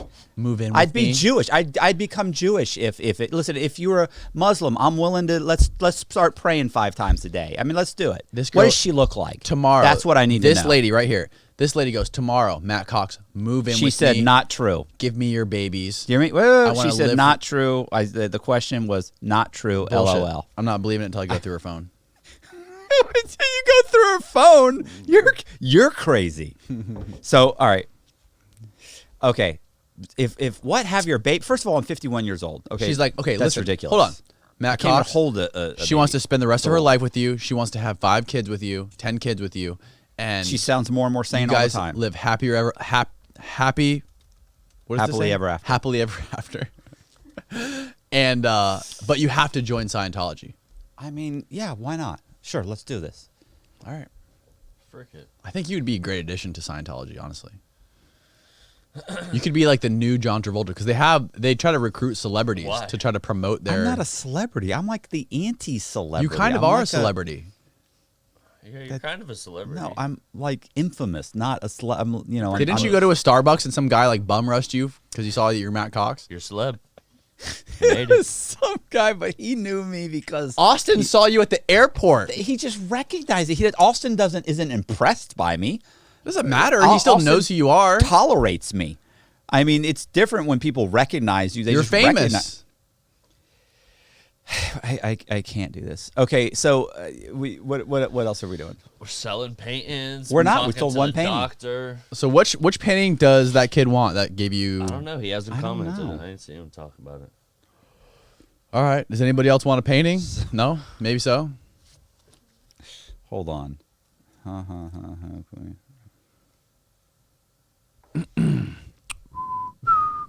We need to sell some more paintings. What are you doing now, Matt? I'm reading something that somebody sent me. I don't even know what this is. You tell me. What is this? Somebody. Let's sent call somebody. me see it. Something in the. What is this? Somebody sent me a screenshot of something. What the hell does that say? Ha ha ha ha. Hope he's rotting in lockup. Maybe some lucky person will stumble across his stash and keep it. Who is that? So he's saying. Jamie Dahill. I'm saying it. Who's rotting in lockup? I'm not. Who sent you this? Oh, you know how to use the phone? We're doing a podcast, Matt. What the fuck are you doing? It's about the podcast. All right. Somebody wants you to do a painting of Frank Amadeo. Ooh. I've dressed up like the notorious B.I.G. with the gold crown. Oh, fuck yeah, and Matt. the Coogee sweater. Do it right now. Not do it right now. I got on what, a little thing. Yes. Did you hear what all that shit was? For what? We'll do it. I'll walk you through it. Get a canvas real Can't quick. paint that Get a quick. canvas and a You could probably sketch you something. yeah. real Just quick. sketch it. That's what he's nothing gonna do. recognizable. That's fine as long as Matt Cox did it. Yeah, that's all it's that fine. matters. Send the money. Send it. Let's call Get the somebody. canvas. Get the canvas, bro. Get the canvas. Let him Get the send fucking money. canvas. I want you Let to him draw send the money. Amadeo. Somebody will buy it. You brought canvas. Are you good? So if nobody buys If nobody buys it, you I'll gonna buy it. How much? $50. Send the money and I'll sketch the fucking thing. Just do it, Matt. Come oh, on. for Christ's sakes. You're irritating as fuck all. What am I doing? You're a grumpy old man, Matt Cox. Does everyone understand how He's what I have to deal with? heartbroken. You got to be sensitive. I have to deal with fucking Oscar the Grouch over here. Yeah, let's paint something. They want to see the painting some more. You got to hold one up there. For everybody listening, not watching, Matt's over in the corner getting his canvas and his easel and his paintbrushes. And he's over there. Matt reminds me of. Has anybody watched Lord of the Rings? Have you seen Lord of the Rings? He's respectful to all the other fucking. He's like Tyrion Lannister. He's just so smart and articulate and Oh, little that's what I'm talking about. and cute. What? The canvas, the markers. I'm ready to see what you got going on. Nothing going on. Okay, here he is. He's back. I might bid in on it. He's back with the canvas and I wanted to the buy these things and the because paint pens. All right, Matt. I'm stressed. Do you need a reference He's picture? stressed. Matt's stressed. Everybody. I mean, there's nothing you need reference for. Yeah, I do need for the guy. No. Yeah. I want you to draw Matt. What's his name? Amadeo. Frank Amadeo from Yeah. Mental. Only No, Mental. they- I don't they want you the copying Biggie nothing. version. They want the Biggie version. I don't. Just first draw his You face, gotta okay? send it- You I gotta remember draw what what he's- they want so they'll buy Draw it. his face. What am I doing? What? You're what is- drawing a what is- mental you know, portrait. listen, granted, this is better than prison, but it's like, what has my life come to? You're a whore for YouTube. Exactly. I mean, it's just. You're a YouTube prostitute. Now Like draw this. the fucking painting, Matt Cox. I used to have 12 guys that worked for me. We were kicking out millions of dollars in bad paper every fucking month. You understand? Oh yeah. You got it. And and now I'm taking shit from fucking Danny and Hat Rack. Draw Well, Frank. actually, Hat Rack, out of everybody in the room, including Austin, because I can just hear him snickering, that Hat Rack is actually the most sane person in the room. He I mean, except definitely for is. this chick. She hasn't said a fucking thing since she got here, so I don't know anything It's about not her job to say a thing, Matt. You're the star here. You're the one that's supposed to be entertaining Yeah. the crowd. Yeah. Okay. Honestly, look at this thing. What Look is at it. It's all this? white. You gotta get the paint in there. Is that how it works? I think so. I hear the whispering. All right, Frank Amadeo with the Biggie hat coming up. Let's see what he's got going here. Oh, he's taking a break. He's scrolling on his phone. Those nice paint markers. The deck of colors. Oh fuck! Come on, Matt. Okay, well, that was the Scientologist chick. All right. What'd she say? No, forget it. No, I'm doing this. Tell me what she said. Forget it. And pick something I'm supposed to do. Can you do two things at the same time? Can you fucking No. ink your marker and tell me what Sure she you said? can. I'm ink. Look at the ink. On That's this nice. thing, huh? Wow, that's Nice. beautiful. Ink. A lot of ink. Can somebody hold this up for him while he paints it? Nobody's Shane, holding go up. hold it No, for him. No, don't.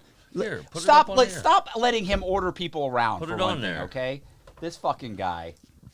Tell him, man. We need the live view of you, You doing hold it up, you Can I get the cocksucker. stuff ready? Yeah, go ahead. Fuck! What a gee! Oh, I feel so bad for your wife. Fuck! Shout out to Lexi. I saw her in the chat.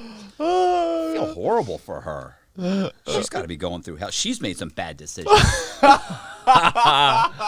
No, she'll take half.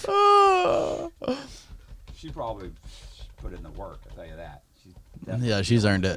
She's earned whatever she can end up. The warden runs the show Look, over there. I'm hoping she's got a 10-year plan. She's Yeah. 5 into a 10-year. No, plan. she's already like 11 in. Is she? You've been dating her for 11 years? Yeah. Oh fuck, boy, she's putting in the time.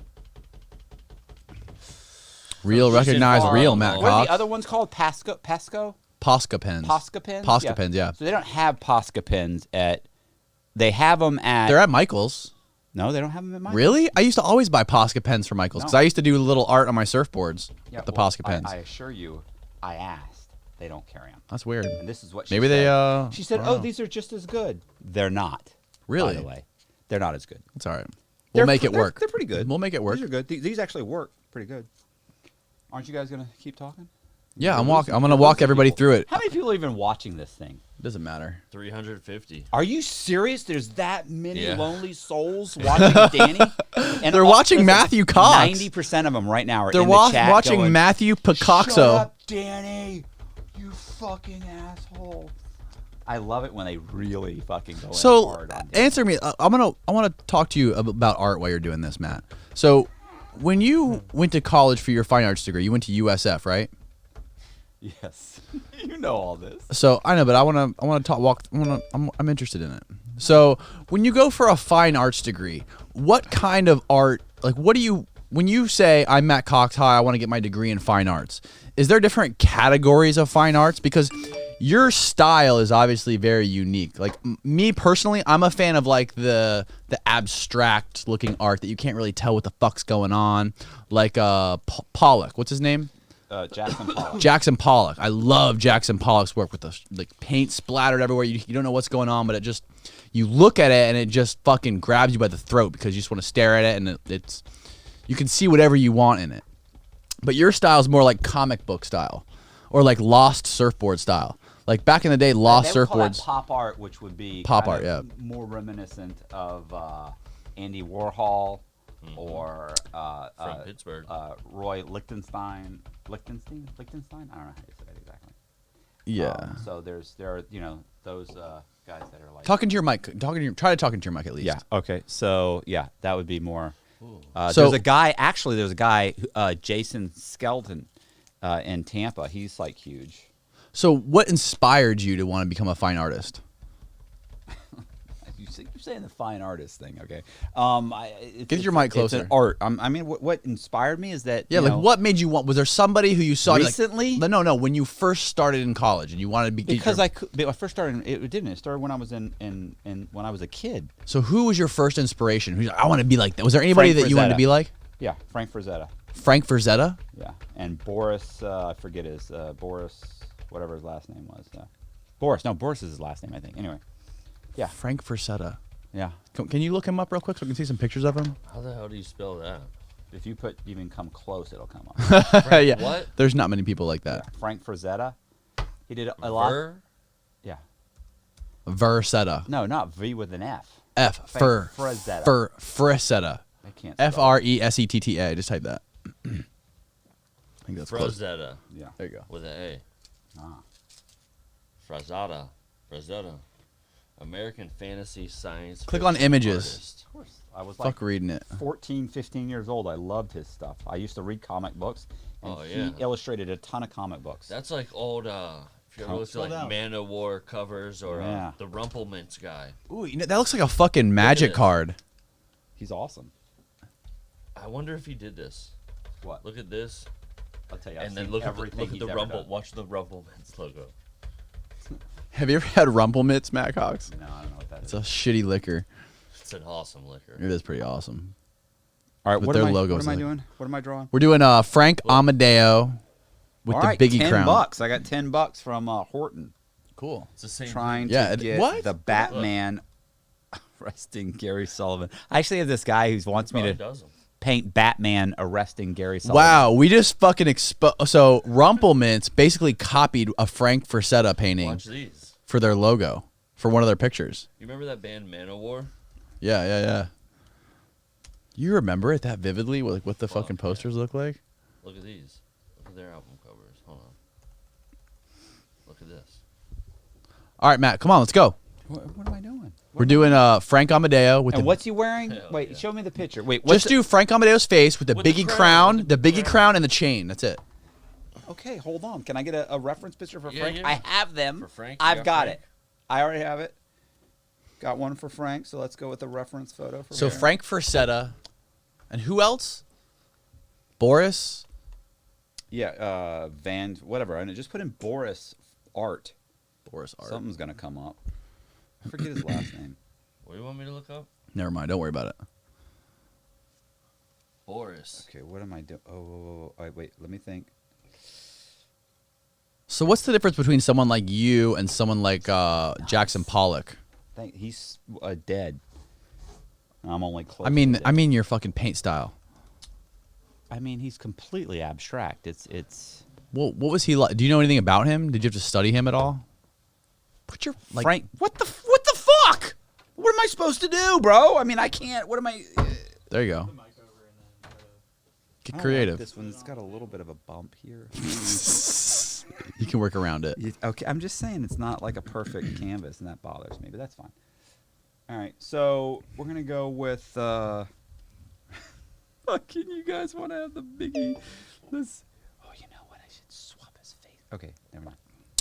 Here we go, everybody. Matt Cox is. He's doing the sketch now. What is going on? I'm doing a play-by-play. Am I doing the whole head, just the head and the crown? That's it. I would do, yeah. I think so. Okay, fuck it. Yeah. Do a bust. You know what a bust is? I know what a bust is. Okay.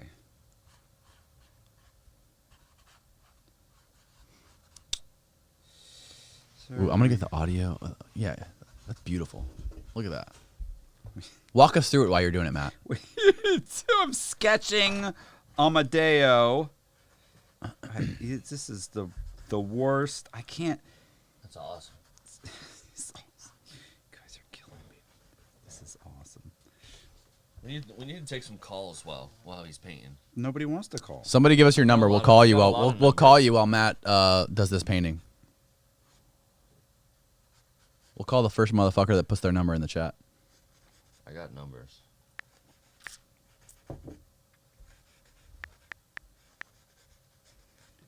Frank Amadeo. People love him. People do love him. He's the emperor. The Emperor. Wow, that's great. So he's already got the face pretty much sketched out. What do I do? Just send Austin the number? Yeah. How do I send it to him? Do I send him on like a paper airplane? Yeah, do it. Yeah, write it on here and show it and give it to him. I need a pen. Give me a marker. What happened to the pen you were writing with earlier? I didn't write this. Matt did. It's right there. All right, so Matt's got the hair. He's doing the hair right now. He's already got the face, the shoulders. He's doing the outline. This is a great fucking painting. Or sketch. He's doing the Biggie crown. This person put that in the chat like 20 fucking times. They're gonna be stoked you're drawing Really? this. All right, Yeah. let's give it to Austin so we can call him in. I want to talk to him while Matt's doing the sketch. There's like 100 numbers coming in now. Is there? Yeah. Well, let's do this guy first. Who? The guy that you were just looking at, who put it in 20 times. No. I'm talking about the painting. I mean, not the. Oh, number. okay. The Never mind. painting. Just pick one, bro. All right, we're calling Lou Bob. I mean, how about you, Austin? Just pick one and call him. You see the numbers? Yeah, Austin's got the chat pulled up. Yeah, call him up. They said you look parched, Matt. You need a drink? Matt, I got some tequila right here. I don't need. We got water. I have Casamigos tequila. He doesn't drink. George Clooney. I think we should get him drunk for the first time though on this podcast. It's against his parole, probably. No, he's allowed to drink. Actually, I think you're not supposed to drink, but I don't think they give a They shit. could They're really show not up on paying a attention. drug Show us what you got They're so not far. paying attention Show us to what it. you have so far. Wait a minute. Oh, Wow, yeah. look at that, The bro. number you are trying to reach is no longer in service. Went Oh, to voicemail. Fake number. Throw another one. That's fucking great, Matt. This is Hold This on, dude the is girl- talented. this is silliness. So silly. Look at his little tiny arms. I honestly love this. Can I have this for my shelf, my bookshelf? What's wrong? What's going on? I'll pay you $100 for this, Are you kidding me? as long as nobody outbids me. I got 100 on this painting, this drawing. The person that requested this wants to call in. I'm bidding 100 for this. Fuck them. 100? Yeah, I like this. Oh, fuck. You better have cash. Who are we calling? Do you know the name, Austin? What is Dave? Hayden? All right. Oh, the jets. We need the jets. The jet plane. This is good. The Text Now subscriber you were trying to reach is Hang not up. available. Nobody Please leave your can message after the tone. Hang up. Nerd.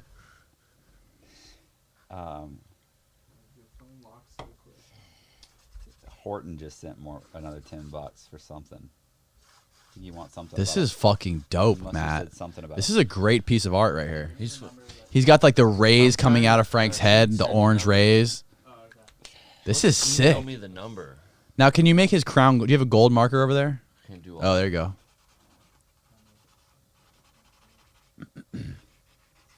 If you donate $10 in the chat, we'll call you. If you give a real number. Yeah, if you give a real number, we'll call it whatever number you put in there. It doesn't have to be real. Max, send a number. Show us what you got so far. The progress. This is beautiful. Look at that. Wow, you made him look buff. Fuck yeah. You guys are so funny. Oh my gosh. We'll take bids on this. I got 100 on this one.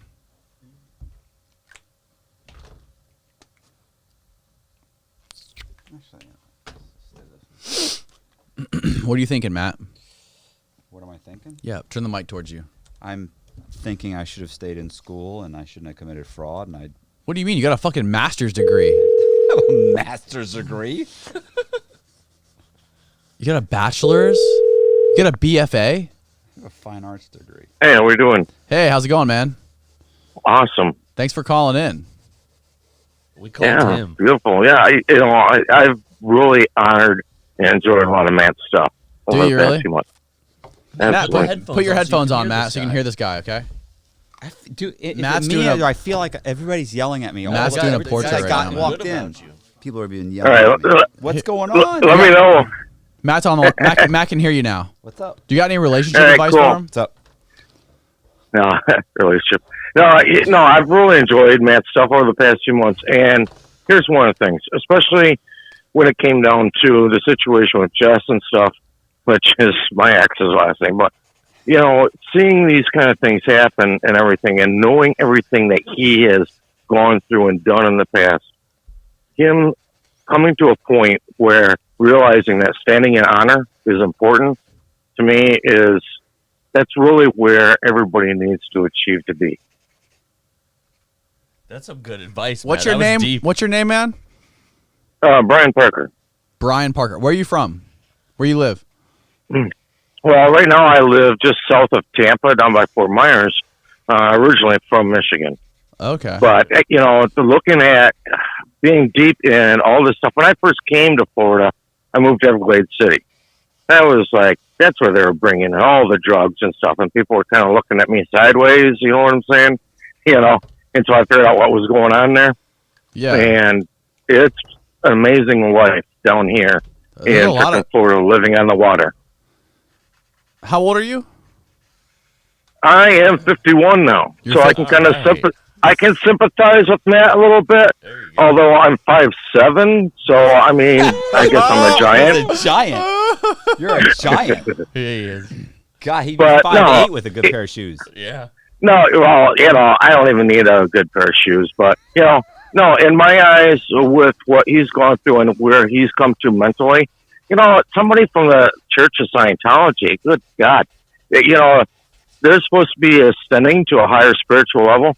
In my viewpoint, Matt has already ascended to a much higher spiritual level than many of them, because he's can realize what things are really about. He's learning about who he really is, where he's really at, and that's really what it's all supposed to be about. What do you mean? What do you mean when you say who he really is? What? Explain that. Who he really is. When I say that, it's because we are birthed or born into this world with a misconception and given a playbook that we're supposed to follow, and it's never really about who we really are inside. You know what I'm saying? Right. And so we have to come to a point in life where we sit back and go, wait a second, who am I really? Am I supposed to be following this little playbook? Is that really what is laid out for me in my life, even though I see everybody around me following the same script? and you kind of sit back and go, okay, wait a minute, who am I really? Yeah. Instead of being told who you are and what you have to do. Yeah. You got to decide that for yourself. Hell yeah. Matt, what do you think about that? Sure. Have you ever, I- have you ever taken psychedelic mushrooms? Yeah. Hell yeah. Are you asking Matt or me? No, I'm asking you. I'm asking you. I know Matt hasn't. Yeah, I did try them a couple times. The first time, actually, I tried acid. I had just gotten out of. Hell yeah. I had been in the Marine Corps, gone through most of boot camp, and saw what it was all about, and said, "Yeah, this ain't too cool. I'm leaving this shit." Yeah. And they said, "Oh, we'll send you to Leavenworth making little rocks out of big rocks." I said, "Okay, you've got my address." So anyway, I left, and before I got back to the house that night, somebody said, "Hey, try some acid." So I said, "Okay, cool." I tried it. Nothing happened after 20 minutes, so I tried another hit. Oh, yeah, no. that was it. Yeah, so that was an interesting experience. But to me, you don't need those things to really connect to who you really are, where you're really from. I think it's really about the experiences you go through in life and things like that. And you know what? One of the things that I've noticed listening to Matt, listening to many other people, is that these people that live the ordinary life, you graduate high school, you go to college, you start a family, yada, yada, yada. You know what? That's boring shit. Nothing ever happens there. People that freaking go out on the limits and really try to accomplish things that are kind of fringe, that's where your amazing stories come from. That's where your amazing experiences come from. And those are the things that really teach you about yourself. I've said that many times. That's profound. What kind of weed are we smoking on tonight, I my don't know man? about profound, but I think it's definitely true. If you want to hang out, you want to have dinner with somebody, you don't want to have a dinner with the guy that's an accountant that he graduated high school, he married his college sweetheart, they had 3.5 kids or 2.5 kids. He got a job working at IBM as in the accounting department, and he teaches Little League. He's a wonderful guy, and God bless him. He's the backbone of America, and we need upper middle class people to run this country. But the truth is, that's a guy that after dinner with him, you want to shoot yourself in the head. Now, the guy that's had 3 DUIs, right, and been arrested a couple of times, and he was robbed a maybe couple banks. that's the guy that you're like, this guy's got some stories. He's pretty cool. Yeah, this guy, I mean, he's obviously he's a Maybe nut he's job Gary and- Sullivan. Maybe he's not. Maybe that's the guy. Well, that you go, now this guy's been through some shit. He could tell me some stories. Well, that first guy that you described, that's the guy that I call the good slave. Yeah, nice. The good slave. slave. Okay. Cool, man. Well, hey, thanks for calling, man. I really Hell appreciate yeah. your time. We enjoyed hearing your words of wisdom, and keep watching the show. Awesome. Oh, absolutely. All right. I'll bounce back over to you too. Be blessed. Have a great night. Appreciate it. All right. That guy was cool. That guy was super cool. All right, Austin, call somebody else. That was a good one, Austin. We got a good vibe going here tonight. Yeah. This painting is turning out great. I'm Matt's already- got these crazy fucking ultraviolet rays shooting out of Frank's head. Fuck, this is good. I'm already tired. This is better than I thought. His hands are getting This has his gotta- hands are getting tired. It's got to raise some money here. This is horrible. No, this is good, man. We need to get the person who suggested this.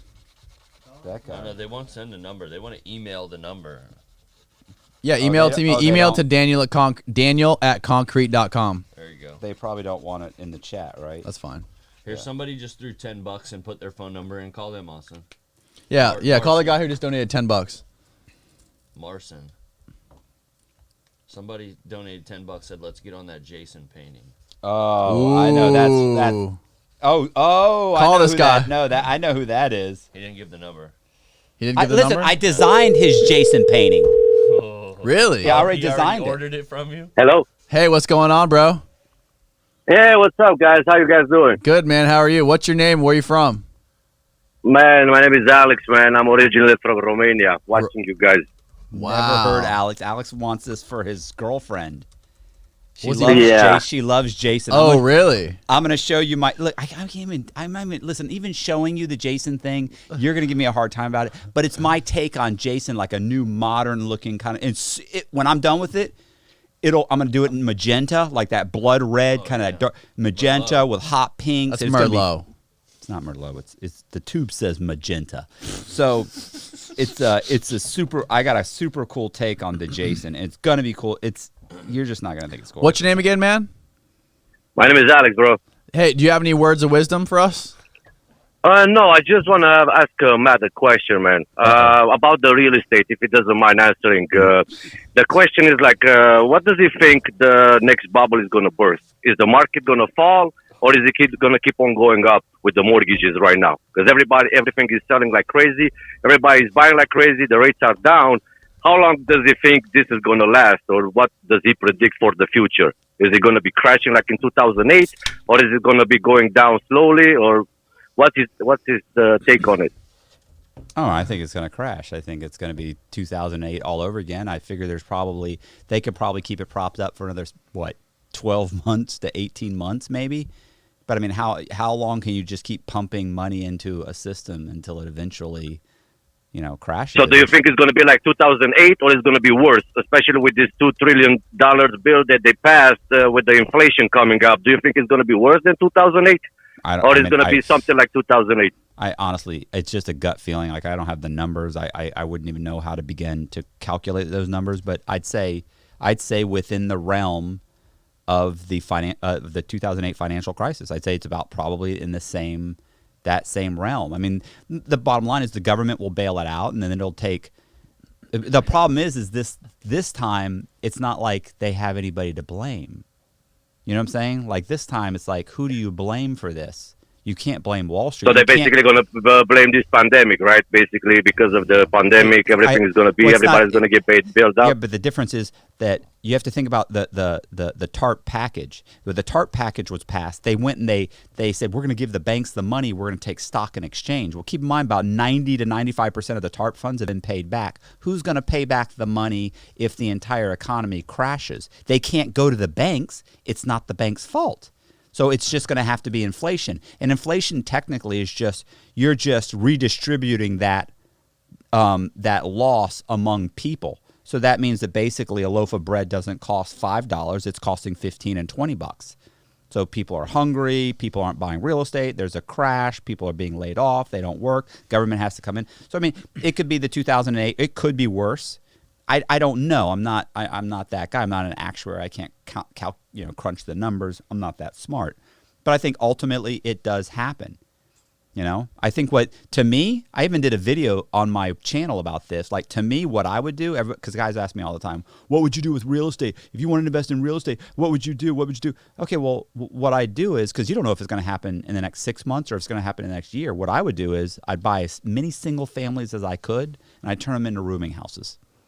I'd take the living room, dining room, and I'd turn it into bedrooms. So I take a 3-bedroom, 2-bath, or a 3-bedroom, 1-bath, and turn it into a 5-bedroom. Because the one thing that's going to happen is people are going to need cheap housing. You can put bunk beds in them. Listen, when people get hungry, things that they're saying right now, oh, I'd never live in a rooming house. Really? Well, when you're living on the street, you won't mind bunking up with another guy in a room as opposed to having to sleep on the curb. So the fact is that that's something you can buy right now. And it doesn't matter if you're buying at the top of the market because you're only buying them for cash flow. So it doesn't make a difference. Doesn't matter if you're up $100,000 upside down. If your cash flow is a couple $1,000s a month, what do I care if I'm upside down? I could be upside down $12 million if my cash flow at the end of the month, if my positive is 20 grand a month, what do I care if I'm in debt or upside down 12 million? As long as I can maintain it and walk away with 10 or 20 grand a month, that's what I do. So I would be buying everything, every shithole single family I could buy right now. I'd buy it, turn the living room, dining room into a bedroom, and I'd rent them out as rooming houses. Obviously, there's certain areas you can't do it. You can't do it in a PUD. You can't do it in a deed restricted community. I mean, you have to look into it a little bit. But it doesn't matter. You can buy houses that nobody wants to live in right now because guess what? People that need to live somewhere will rent a room. People are renting rooms right now for $150 a month. So sorry, $150 a week. God damn. They're renting rooms right now for $150 a week easily. You can put an ad on Craigslist right now for a room for rent at $150, and within an hour you'll get 15 to 20 calls. God. Guys desperate to rent the room Because the truth is, look, if you're a 40-year-old man and you're divorced with 2 kids, you have to pay your child support. You have to. There are all these things you cannot cut. What? I can't cut food. I have to eat. I can't cut making my car payment or making my insurance or my health insurance or paying my child support. What can I cut? My living expenses. That's the only thing I can cut. So guess what? I want to see my kids. I want to pay my child support. I want to be able to have health care. I want to be able to have my car so I can go see my kids. I want to do all these things that I can't cut. So I'm willing to shack up in a room. I'm willing to shack up in a bunk. If you said, hey, I got a bunk bed you can rent in a room with 3 other guys, it's going to cost you $100 a week. You'd be shocked how many guys will say, I'll take it, and be thankful. They'll be thankful to pay $100 a week because they don't have a choice.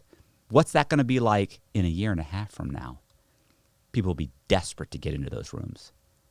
So that's the only thing that's a for sure thing right now. But there's no way. You cannot continually pump money into an economy and expect that you're not going to have inflation and a crash. And there's all these economists out there they'll all say it's coming, and then there are other economists that are saying, oh no, it'll be fine, it'll be fine. Well, what the hell do you guys know anyway?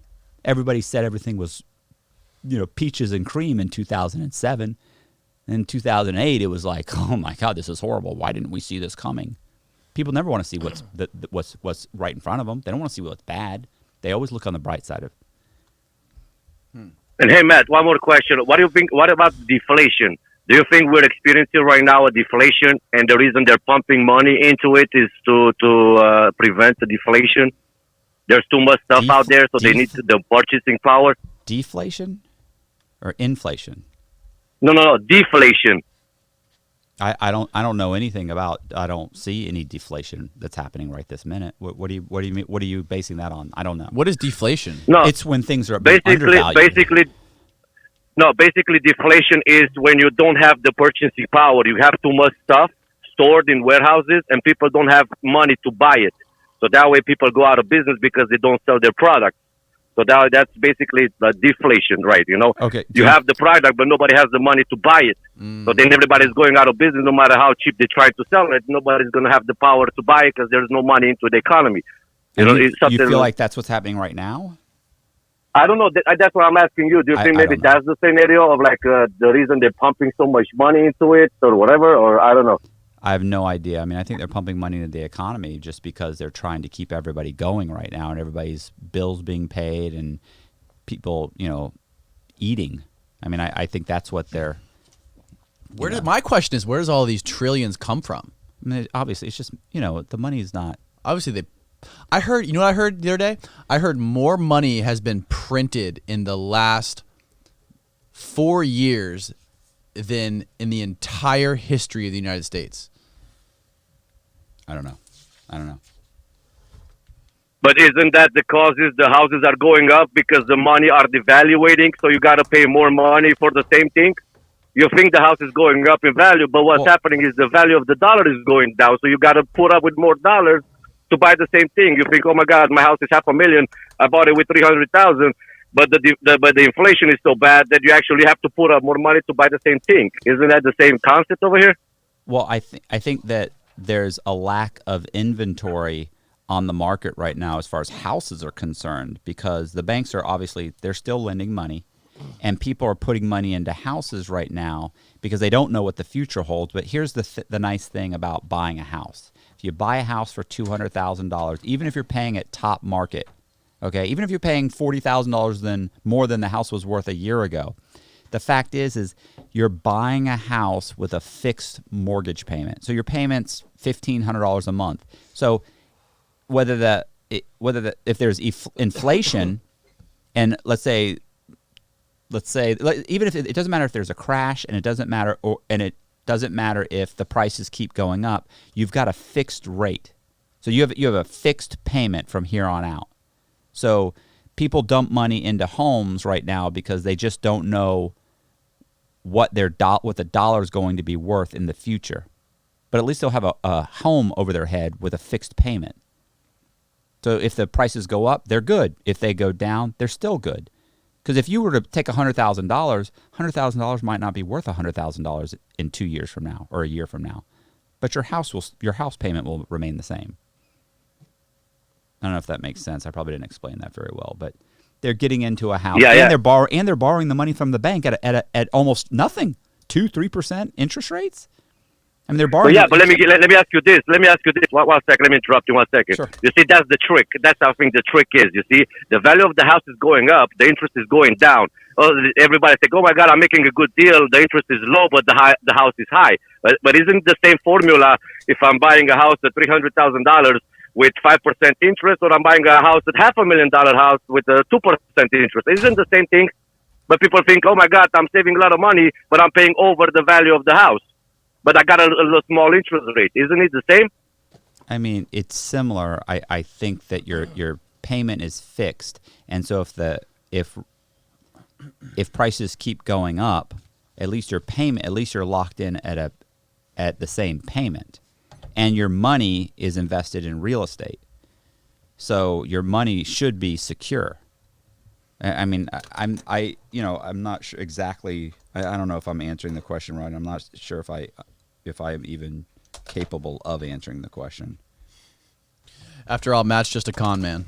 Yeah, I don't know. No, I appreciate, man. Listen, it's an honor to talk to you guys right now with Max Riston. It's a real honor, you know. Hey, man. And that's the reason, yeah. Do you want to buy any artwork from Matt? No, he's trying to buy artwork from me. Listen, I'm on the phone right now, so I cannot watch you guys on the stream. So I'm gonna have to probably hang up, and if I don't buy it, I promise I'll make a super chat donation over there for Matt. Okay. All right, you got a deal. All right, So, man. Thanks. hey, it's Thanks been for an calling. honor. Thank you, guys. Thanks for calling and thanks for watching, man. We appreciate you. Hey, no problem, man.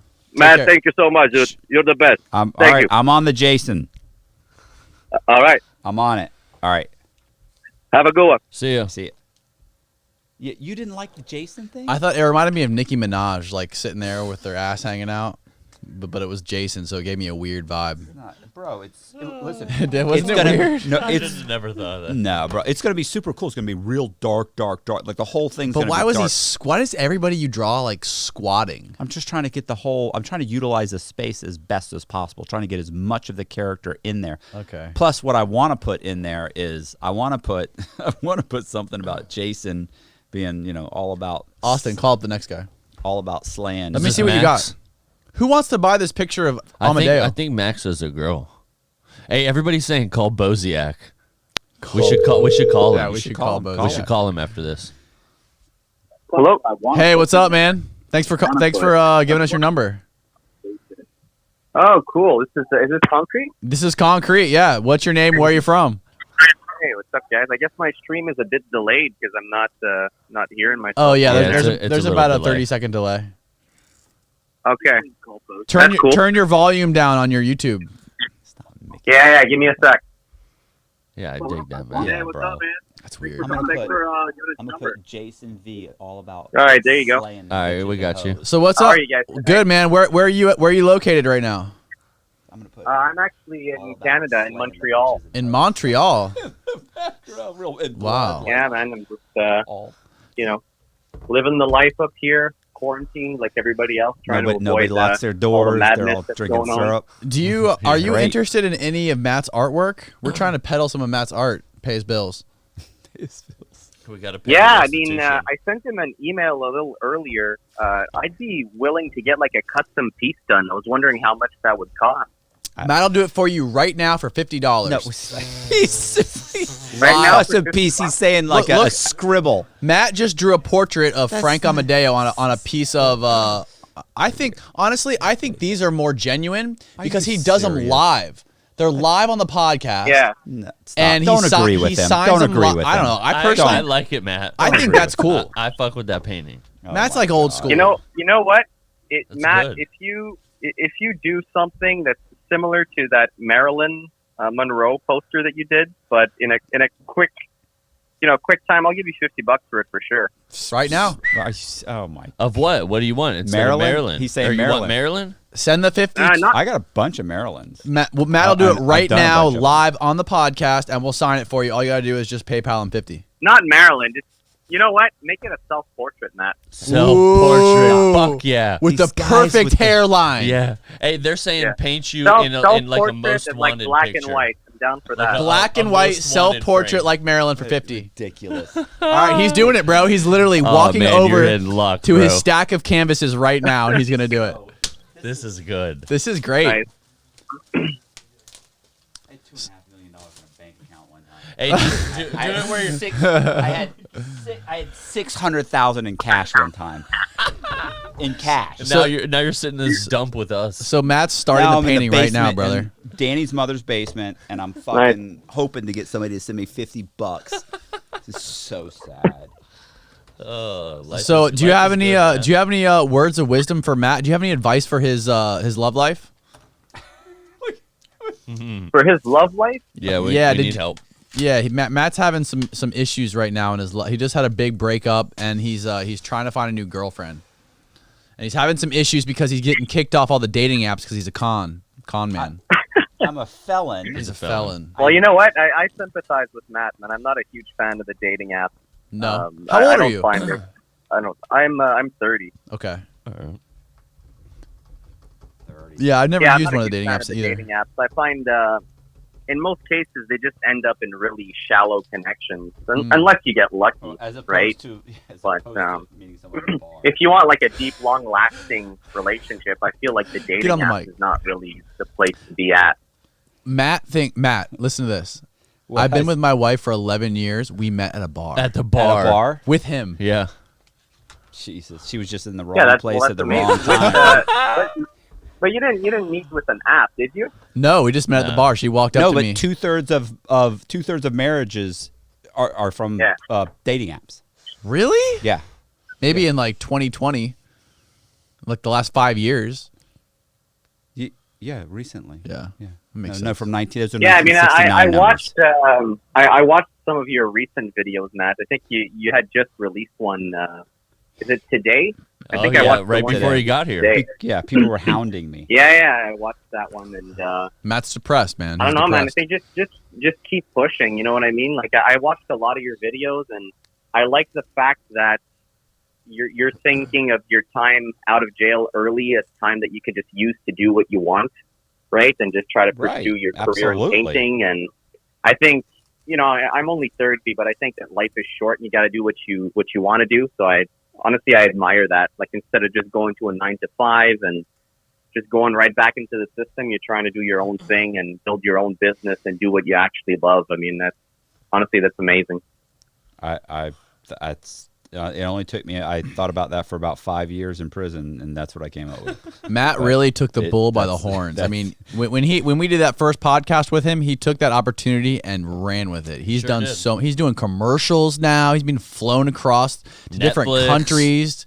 He's doing Netflix documentaries. I Who's mean, that? It's me. it's incredible. is you. I'm impressed with Matt Cox. Yeah, go for I it. owe it all to Danny. That's what Danny really is getting at. No, you don't owe He shit wants to me. He's told me. I'm this. just really Hey, impressed. listen, stop. He's being humbled. Many times I've been begging him to pay for a meal, and he's like, fine. And then he's like, you owe me like all this, like everything that's gone right in your life is all because of me. Right? It's not because you put any effort into it all. It's all me. You know that. I'm like, yes, Danny. I thank you so much. Hey, by the way, I sent $20 earlier with a super chat, and that was Oh, hell mainly yeah, for bro. Matt. See that was Yeah. for Matt. Did you hear him say that was for Matt? All right, I'll buy you dinner, Matt. Thank you. I appreciate you. I understand this show is all about the guests, and people love the guests. We got lights to keep on. We here, we too, got to man. keep the lights on here too, man. To keep these people like Matt coming in here for you guys to, love. Yeah, for sure, man. You guys That got a great thing going. Every dollar helps. Yeah, it's my pleasure, man. I love supporting, channels that have content that's more out there than what everybody else does. Hell I like yeah. that But you there guys aren't- have no there aren't a- filters. But there aren't a lot of them, so sometimes I watch Concrete too. No, yeah. Nah, but you guys have no filter. You know what I mean? You're just like, it's almost just like a couple of guys like hanging out and just doing whatever, and it's actually pretty cool. Thanks, man. I appreciate that. Hell yeah. How long have you been watching our stuff? Not super long, but I've watched everything that you've done with Matt. Oh, I watched awesome. a few other things, like when you had that Scientologist guy. That was a really dope interview. Oh yeah. Which one? I forget the guy's name. We've had a few Scientologist guys. That's why I ask. But anyways, Yeah, the Ringer Scientology or stuff. Singer? Rinder, I'm not yeah, sure. I Mike don't- Rinder. Yeah, that one was amazing. Yeah, he was Like, an interesting dude. Interesting Man, the fella. guy's story is crazy. You Yeah. really get to see like how insane Scientology is Yeah, from man. the inside. Matt's dating a Scientologist right now. Dating site. That's a lie. That's a lie. Yeah, I was hearing that before. And she's a but, 10. And she's a 10. I mean, She's- look, if it works, it works. But I just, Oh, yeah. I don't know, man. The stuff that they do in there just seems like it's straight up brainwashing. It Like, is. It's really fucked up. It's a prison of belief, is what it is. Yeah, I mean, especially when your ripping leader off is just the- going around like, yelling at people, and you hear stories about him just like beating the shit out of people who just do things that he doesn't like, or Yeah. get on his wrong side. Like that's Yeah. kind of messed up, right? It's kind of the opposite what like a religious leader is really supposed to do. Yeah. No, it's wild, man. It's wild. What's his name? David Miscavige. He beat the shit out of Mike Rinder a few times, and Mike Rinder was his like number one executive in the Church of Scientology. And he kept him in this building with a bunch of other guys and would like punch him and kick him on the floor. He would like push that's him on the ground and insane. kick the shit out of him. Yeah, it's wild. The guy basically has slaves. It's not followers, it's slaves, man. It's Yeah. crazy. It is crazy, man. Well, cool. Matt's working on this picture right now. It's looking really good. He's just in like the beginning phases of it. But yeah, we appreciate you commissioning Matt for this piece of artwork. And anything else you want to ask Matt personally? I think you lost them. You there? Yeah. Sorry, the line just cut. Oh, cut a no. bit. No, Matt's working on your piece right yeah, now. I mean, yeah, you got a quick question for you, Matt. I mean, you've been through a lot, and you've gone to jail for a long time too. Like you've had a lot of time to kind of think shit through.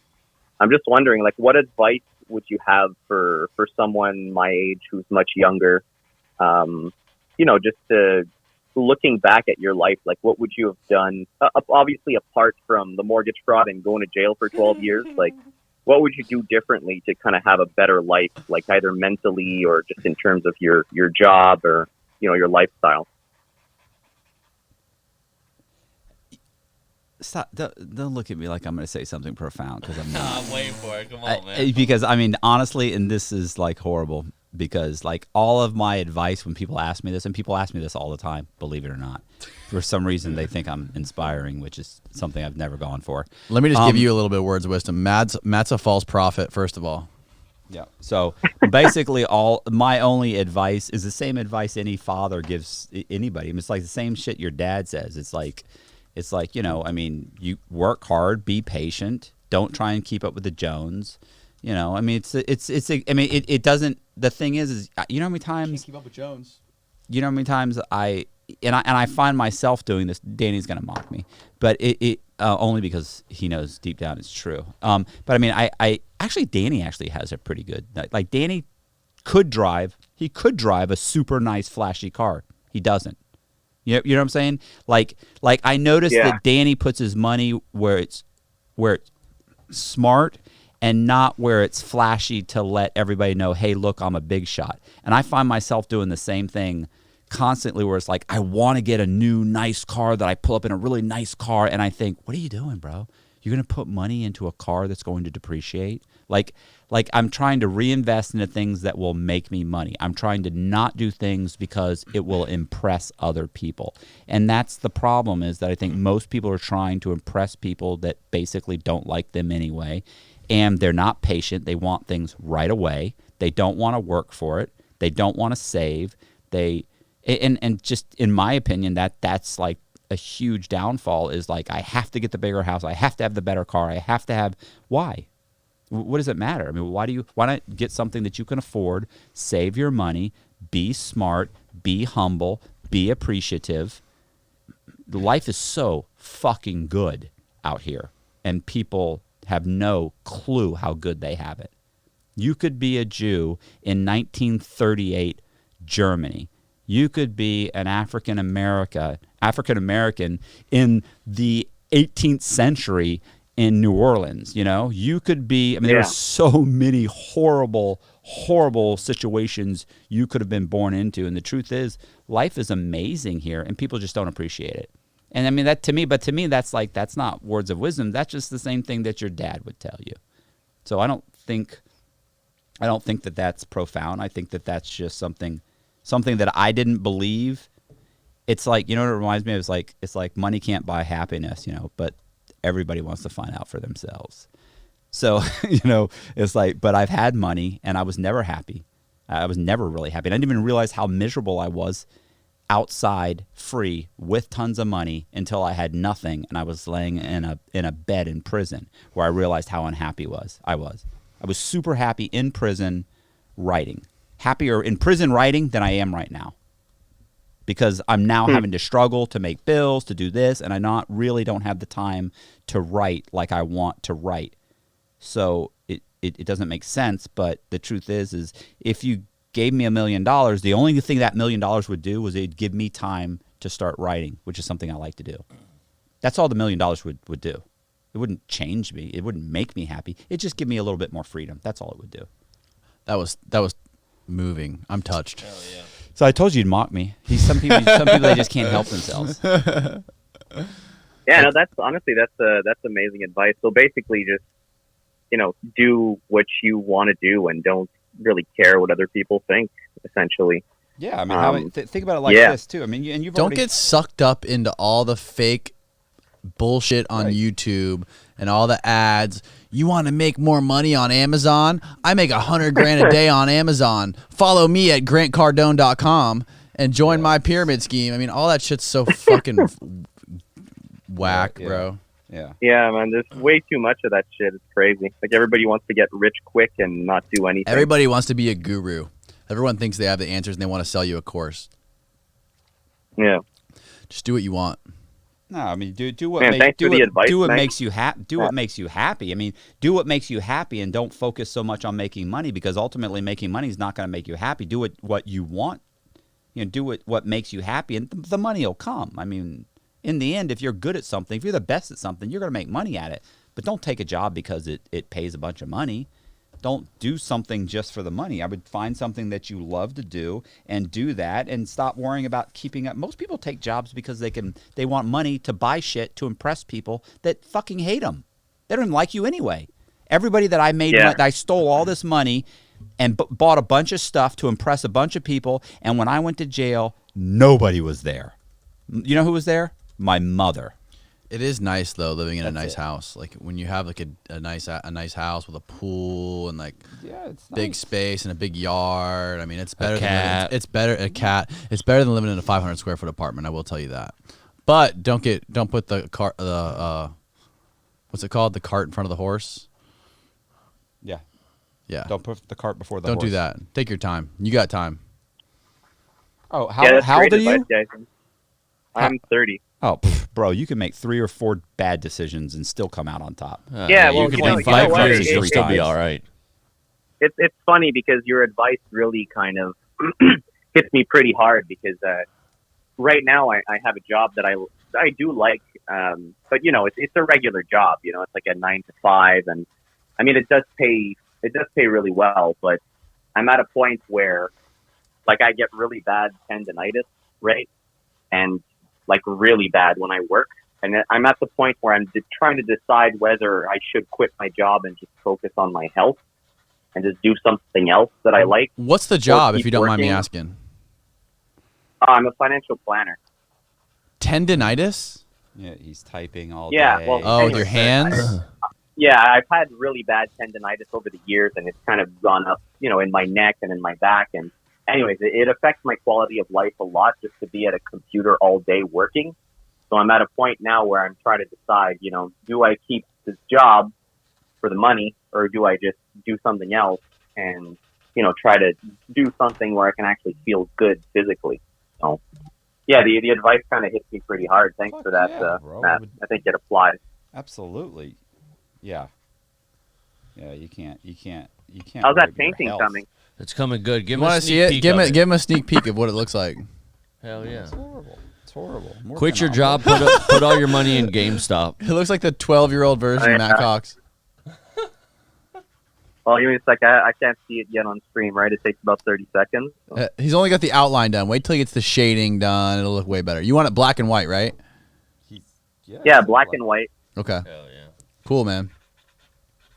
Well, hey, we're gonna call the next person. Thanks for calling. We got your send Matt the PayPal so he has all your info, address, yeah. and he'll ship this to you with your address and everything. And thanks again for calling, bro. I appreciate it. Thanks for watching all this all the Matt Cox content. Yeah, so where am I sending the money? To Matt? Contact.matthew.cox@gmail. I'll post it in the chat He'll again. post it in the chat again. It's contact.matthew.cox@gmail.com. That's PayPal. Okay, sounds good. And that's his Thanks, guys. Have a good night. That's his PayPal. All right, man. All right, brother. Have a good night, man. Ciao. Call Boziak. Call Boziak. What's his It's number? in Danny's phone. I'm sure you got it. It's his new number's not in my phone, actually.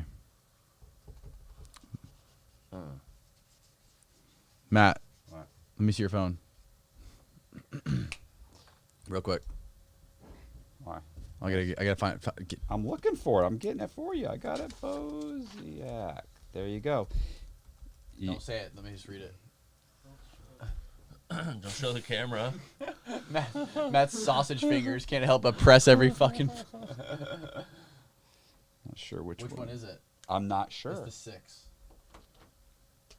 I'm gonna give some shout outs. Somebody, UMEX Studios sent $20. Somebody sent $111. Said ask Cox to look up Quadriga. How much? $111. Fuck.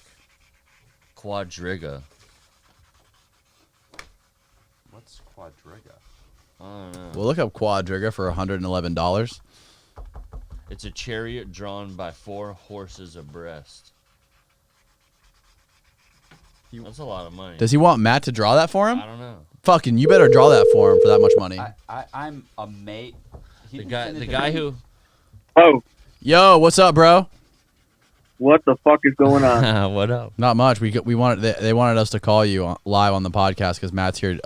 Matt's here whoring out some artwork for the people in the chat. This is Boziak? I've been watching. You're watching it? Yeah. Hell yeah. Do you have any words of wisdom for us on the podcast today, John Boziak? Matt, you motherfucker. What happened? I heard you talking shit on me. Oh, he was talking hella shit on your name. What did I say? No, he was because I heard him. You guys put him on, and I caught the beginning of the conversation. He was putting some No, major. I was saying that people were like you forget what you look like. When we went in that restaurant the other day, everybody's looking and people are nudging each other and pointing at you and shit. And I'm like, you didn't realize he's completely tatted up. His head's tatted up. He walks up. He's like, yeah, I'd like the number 4. And the woman at the counter, she looks like she's like ready to hit the fucking Shaking. button. You guys didn't walk into the bank together, did you? Heck no. Oh, okay, good. Go back. No, they would have called the police. I can't go Are back you to back in prison. Arizona? I'm back in Phoenix. Yeah, Ooh. yeah. How'd you enjoy your trip to Florida, man? We enjoyed you coming in here on the show, Yeah. on the podcast. Yeah, it was dope, man. I had a good time. I always have a good time when I come out. Hell yeah. Your girl wasn't I mad wish at us. Your girl wasn't too mad at us, was she, for being in the couch? No, Okay. no, good. she wasn't tripping, dude. That's funny. I wish I could have got to hang out and do some more painting. Yeah, that would have been cool. Did Matt walk you through the basics of fine arts? Gave me the finer points. Yeah, gave me the finer points. He knows how to paint anyway. He knew what he was doing. Cool, bro. We were just fucking around. Well, the John Boziak podcast is dropping this Sunday. Was that what we're doing Sunday? Yeah, it's dropping this Sunday at 11 a.m. for people who are looking forward to it. Tell him I ordered Dope. Yeah. my boxes too. I got my boxes. I ordered the boxes, by the way. Remember the boxes we were trying to order? Yeah. I ordered them. So anyway. Was it from the company I had contacted? No, I never heard from them. It was a company in Orlando. John, do you want to purchase a piece of artwork for Matt Cox to help pay his bills? I have my own art, my own paintings. I'm trying to get kind of off to all of my subscribers as well. So The answer is no. if anybody Just say wants it. to go ahead and head on over to my YouTube channel, Oh man. I would. Everyone go, if you want artwork from John Boziak and you're not really into Matt Cox, John, what's your PayPal? Yeah. Oh, it's just Jay Boziak or my Cash App. You can hit me on my Cash App, IR8T. Everything's on my YouTube channel. Just look in the description of my videos. I list all of my social medias, and I list my Cash App. Yeah, check him out. John is the most prolific credit card scammer in the history of cybercrimes. Yeah. So if you're into that kind of stuff, go send him some money on PayPal, and he'll draw you a personal piece of artwork. Yeah, check out my art. It's all up on my YouTube channel if you guys want to check it out. And just watch my videos, and if you like my shit, you know what to do. And also, I got a little bit of financial advice for your subscribers. All right, let's hear it. Get out of crypto. Get out? What? What do you mean? It's almost hitting 60K. Crypto's gonna fucking tank, and people are gonna lose everything. It's gonna be like 1929, but it's gonna be digital. Why? Wait. Why are you saying this? It's a bubble, man. Danny doesn't want to hear it. It's the bubble. The bubble's gonna pop. The price of Bitcoin is artificially inflated. By who? Elon? What a lot of people don't realize is the price. Well, I mean, Elon likes to play with markets and watch shit go up and down every time he makes a fucking tweet or he makes a move. But what people don't realize is, Bitcoin is tied to the American dollar. The price of Bitcoin is based in U.S. dollars, is it not? Am I just misunderstanding this whole thing? I mean, yeah. I mean, obviously, there's a dollar, a dollar amount attached to it, but what are you saying? How is it attached? How is it attached to U.S. dollars? Explain that. When the U.S. dollar tanks, which it's going to, I mean, just ask Peter Schiff. Watch anything that Peter Schiff has to say. I mean, when the dollar tanks and when there's hyperinflation going on in the country, Bitcoin is going to be fucking worthless. Time to sell. Absolutely worthless. What do you think? What do you think about GameStop, GME? We're up right now, baby. Oh man, I know. It's a yo-yo. GameStop. It's fun to watch. Yeah, it's fun to watch it. So should we buy it or sell? Should we buy or sell GameStop right now? Buy the dip. You know what? Buy GameStop. GameStop to the moon right now. To the moon. GameStop to the moon. I'm on the GameStop train, man. Are you really? How much money have you spent on GameStop? I'm about 1,100 in at this point. 1,100. Yeah. Yeah. Really? You think it's going to keep going up? So also, it's going to keep going up. And real estate market's getting ready to take a shit, just as Matt was talking about earlier. And I think the only real tangible thing right now to be in is buy gold, buy silver, buy gold. No, I think buy real estate too, though. I mean, if you're looking just to buy land, I mean, I would invest into go buy 10,000 acres or something. But I think the real estate market is the volatile, one. It's the one thing the government can't print more of. True. I mean, I would wait Matt's a year. scoffing at me right now. He's in I would disgust. wait a year before I jump in the real estate market because I think the next 12 to 13 months are going to be extremely volatile. Yeah. I mean, you have to look at interest rates. I mean, we're at 0 right now. They're going up. Interest rates are going up. They just went up yesterday. Which, 2%? I don't know. This went up a little bit yesterday. I don't know what the exact number is. But they went up. I heard they went up. I mean, listen, we're borrowing all this money from the Fed. The Fed just keeps, cutting checks to the government, and then we just keep, living off the backs of our children and our children's children. I mean, what's the national debt right now? I mean, how many fucking trillions of dollars is it in? So many trillions. I'm telling you, listen, there's so many bubbles right now. The safest place if you're gonna invest in anything, in my opinion, it's gonna be gold. It's gonna be silver and gold. I think crypto's gonna ruin a lot of people. But what do I know? What about Litecoin? What about Litecoin? What's I don't know, man. I think I'm just not a firm believer in crypto. Like, I just don't. Like, I understand the technology behind it, and I understand the hype around it, but I think it's going to be. I don't know. It's not tangible. Yeah. Like, you can't hold it. You know what I mean? Like, and when I can't take Bitcoin to Publix and buy groceries. I can't take Bitcoin to the mobile and put gas in my car. You can buy a It has to Tesla be with exchanged Bitcoin. It has to be exchanged for dollars. And we know that we get 2% inflation a year. The Fed say I think it's more like 5 or 6% a year. Bro, do you know how much Bitcoin the federal government confiscated from Ross Ulbricht? It was $500 million. 60. Right? Some crazy. It was 69,000 Bitcoins. What is the math? Can you do the math for me real quick? 69,000 Bitcoins. Bitcoin. What is Bitcoin at right now? Like 57,000 or something. So like 57,000 times 69,000. It's something like 3 billion. Yeah, it's like 3.9 billion. It's insane. All right. Well, Yeah, thanks for calling in, bro. Go ahead. Thanks for your words of wisdom. We're gonna call Hey. some more people. Subscribe to my YouTube channel, Bozak Conundrum. Follow me on Instagram at Slim by Nature. I appreciate y'all. Thanks for fucking with me. Hell yeah, bro. Thank you. All right. Later. Matt, how's that looking? It's coming along. Wow. That's pretty damn good. That's beautiful.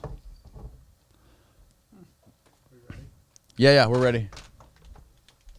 All right, we got a couple more calls, and then we're gonna wrap this thing up. We've been on here for like almost 3 hours. 3 hours? You gotta call that one person, Max, from the UK. Call Max. They sent it to Danny's email. That's the guy I just called. No, that wasn't it. Hello? Hello. Hey, what's Hi. up? Is this Hey, Max? hey, baby. This is Max. What's going on? Hi. I'm doing great. How are you all doing? How are you doing, especially in the pandemic? We're doing wonderful. good. There is no pandemic in Florida. We're in Not Florida. Florida. No, we're Hardy stock. That's the way to look at it. Yeah, happy So, to hear that. Who are you? What's your Um, name and where are you yeah. from? So I'm Deja, and I'm from the U.S. Virgin Islands. Have any of you ever been there? Ooh, I No. actually have been to the U.S. Virgin Islands. Your name's Deja? Yeah, Deja, just like Deja Vu. Wow, interesting. That's a good strip club here. Yeah. So for the person who has been to the Virgin Islands, how was that like? Did you enjoy the beaches? Yeah, I love the Virgin Islands. I was actually there. I was actually in the Virgin Islands for a bill fishing tournament. It was for a marlin fishing tournament. And I stayed on some guy's boat, and we were in one of the marinas there in St. Thomas, I believe it was. Yeah, St. Thomas. Yeah, we were in St. Yeah. Thomas. So we did a little bit of diving, we did a little bit of fishing, and a lot of drinking.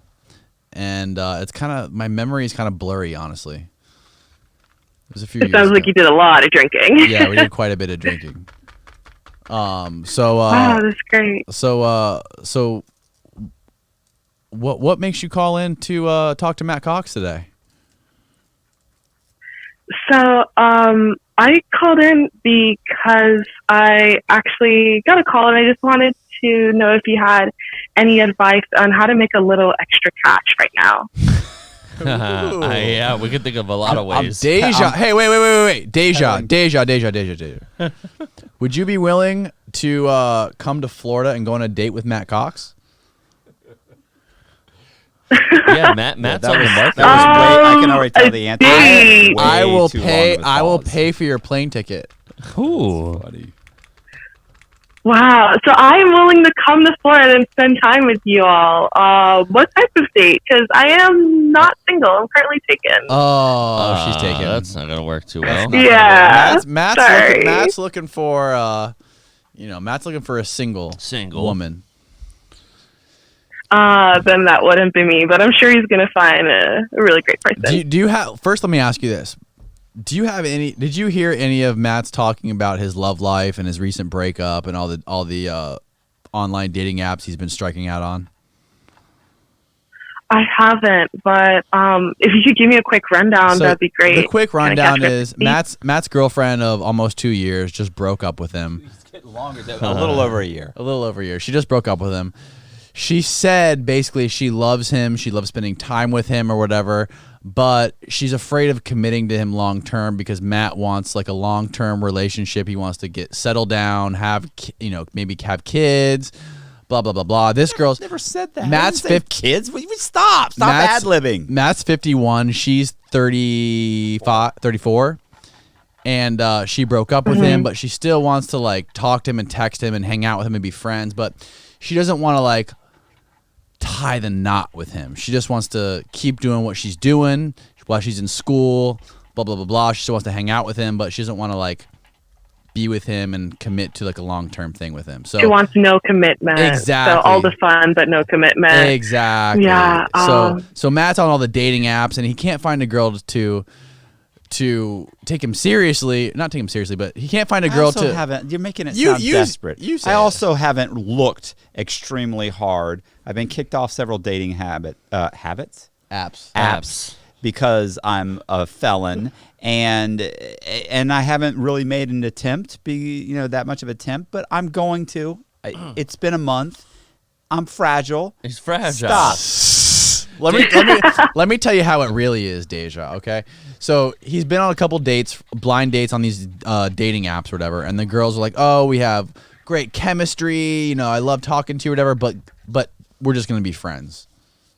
Because whatever, because he's too. He thinks it's because either A, it's because he's a felon, ex-felon, or B, he thinks he's too short. Is he too short to pick up women So at the he thinks bar? it's something like physical, like, oh, he's too short. Or it's because I don't think it's because of the. I doubt it's because of the prison sentence, because of the ex-felon. Because a lot of people are ex-felons. Just because you did a couple of years in prison for a fraud, that's not that big of a deal. But how tall are you, Matt? You're 5. I'm 5'6". He's 5'6". How tall is your boyfriend? That's funny. Deja? Oh, yeah. My boyfriend, he's 6'3".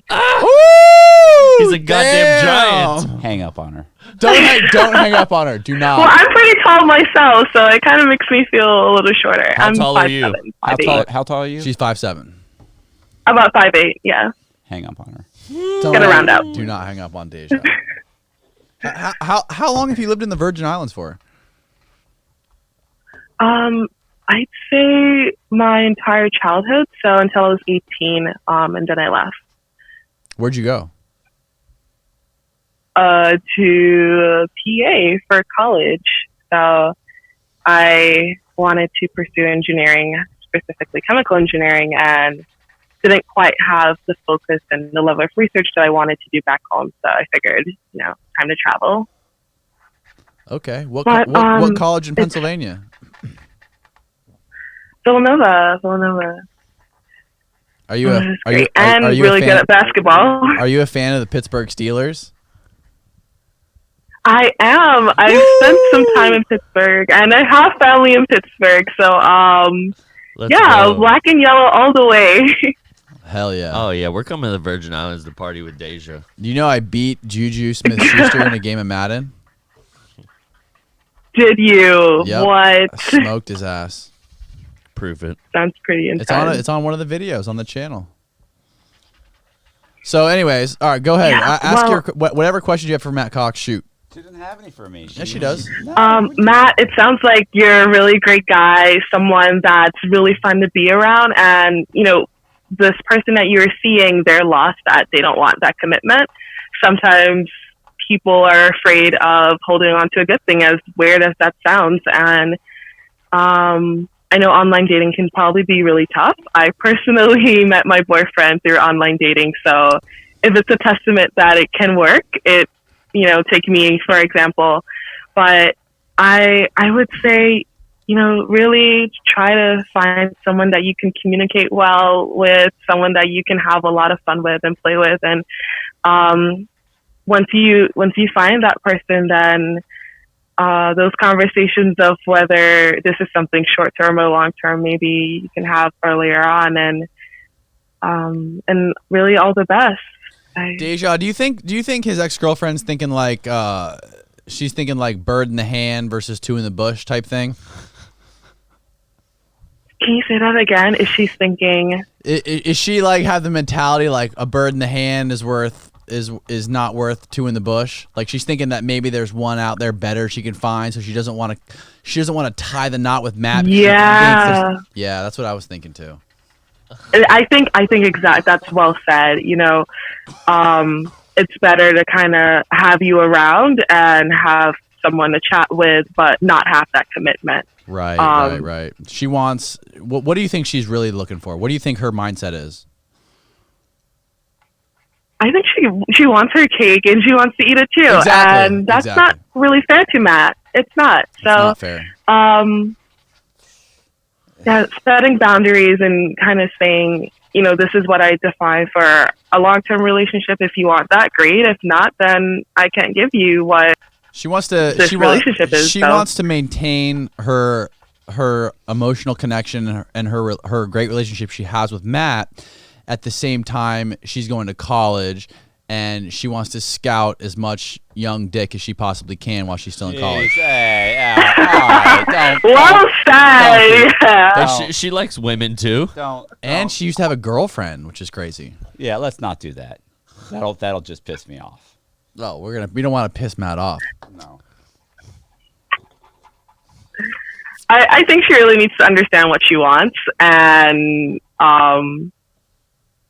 she definitely wants more. She wants her cake and wants it too, and you know, maybe just separating and having some time apart. Yeah. Well, Deja, thank you so much. I appreciate your insight. I'm so glad we had a girl. Thank you for having me. It's so rare that we have a girl. Do you have any questions for Matt that he can help you with? She sounds like she's got a yeah, so Matt, you said that you're an ex-convict, and I think that just going through that process, you'd have a lot of insight. And what do you think is the biggest thing that you've gained or biggest change in perspective over the last couple of years? I don't. And that's a really big question. I don't understand the question. What's the biggest? I think what she's asking you is what was the biggest thing you learned from your time before prison, in prison, and after prison? What was your biggest takeaway as far as perspective goes, and as far as your outlook on life? No, I mean it's the same thing. It's a dad answer. It's money can't buy happiness, and talking to the mic, man. It's money can't buy happiness. It's the same thing you already know. It's money can't. I have no wisdom. It's money can't buy happiness, and find something you like to do and do that thing, and stop trying to keep it. This is the same thing that your father would tell you. What do you do for a living, Deja? I make candy for a living. So I'm a chemical engineer at a candy company. I won't say which company, but that's what I do. So you can think of me as a Willy Wonka engineer. What kind of candy? What do you put in that candy? Virgin Islands finest? I think that's a little the secrets of the Virgin Islands. We sprinkle in tropical paradise. Wow. And rays of sunshine. You're a chemical but engineer. Thanks for sharing your perspective, Matt. Wait. I want to hear more about this candy stuff. What's the name of the candy company? Candy stuff. Send some candy. It's a pretty big candy company. It's a global company. Where's it based? Where's it based? But Danny will get you fired. In Chicago. He doesn't have a problem. In Chicago. Danny will get you Danny fired. will get me fired. I won't get you fired. I didn't say won't. He will. I don't know if I can quite say the name. You can't say the name. So they don't do marijuana candy. No. Okay. But marijuana is now legal in New Jersey, so I'm expecting to see a lot of candy with weed in it. Ooh. So are you going to stay in the Virgin Islands forever? Yeah. Or are you going to ever move back to the continental United States? I'm actually still in the U.S., but my goal would be to eventually retire in the Virgin Islands. Something about the culture, music, and hospitality back home will always be in my heart. So that's where I want to be when I retire. Awesome. Yeah. Well, thank you for calling in Great. and sharing your story. We appreciate you, Deja, and thank you. Thank you for watching. Thank you for having me. You guys have a great podcast, and I hope you have a great rest of your day. You too. Thanks, you have too. a great night. Bye. Bye. She was great. What a great fucking caller. Deja sounds finer than frog hair. Yeah, Deja sounds hot. She's got a boyfriend. She's tall, and her boyfriend's taller than you are. No, we're on par. 6'3"? 6'3"? Oh, okay. Hey, somebody, David L. donated $50. Said, I want Matt to tell me in detail about the loans he got from Pinnacle Bank. Pinnacle Bank? What $50. Pinnacle Bank. Yeah. Dude, this guy knows something. He said details. Oh, shit. So, I've never heard you talk about Pinnacle Bank. Oh, listen. Yeah, I don't bro. remember hearing about We that. How does put this guy know about this? so much fraud through Pinnacle Bank, and specifically He wants details. Amy Early. Early was the account executive. Oh, now shit. married, going by a different name, but she is following me on Facebook. So I see her every once in a while. I see her. So she sees your stuff? She sees my stuff. You think it's her? Oh, I know it's her. Oh, I'm positive shit. it's her. But yeah, she. We did a ton of fraud on Pinnacle Bank. Oh, we had How much fraud? Like, what do you think? $1 million, $2 million, $3 million? No, 10 million, 15 million in fraud in just Pinnacle That's Bank. what I'm talking about. Pinnacle Bank. It was Pinnacle Bank Corp, and it was Shout owned out by to Pinnacle. It was owned by a guy named Gary Vaughn. I remember it because it was very close Sounds to like Bond. Vaughn. And I used to joke all the time, Vaughn. Gary Vaughn. Yeah, man, listen, they caught us on over and over again committing fraud too. Really? Like, left and right. Gary caught us one time. One time we got caught with it was several $1 million, and they'd already sold a few $1 million to Household Bank. And then they caught us with like $1 million in fraud, and they sold it. They knew it was fraud, and they sold it to Household Bank again. Another one. What? I mean, that was like the industry. They called up. He was a little threatening when he realized that I was like, look, I can't cut you a check for the money for what you caught. So I don't know if you're expecting I'm going to cut you a check for like $1 million.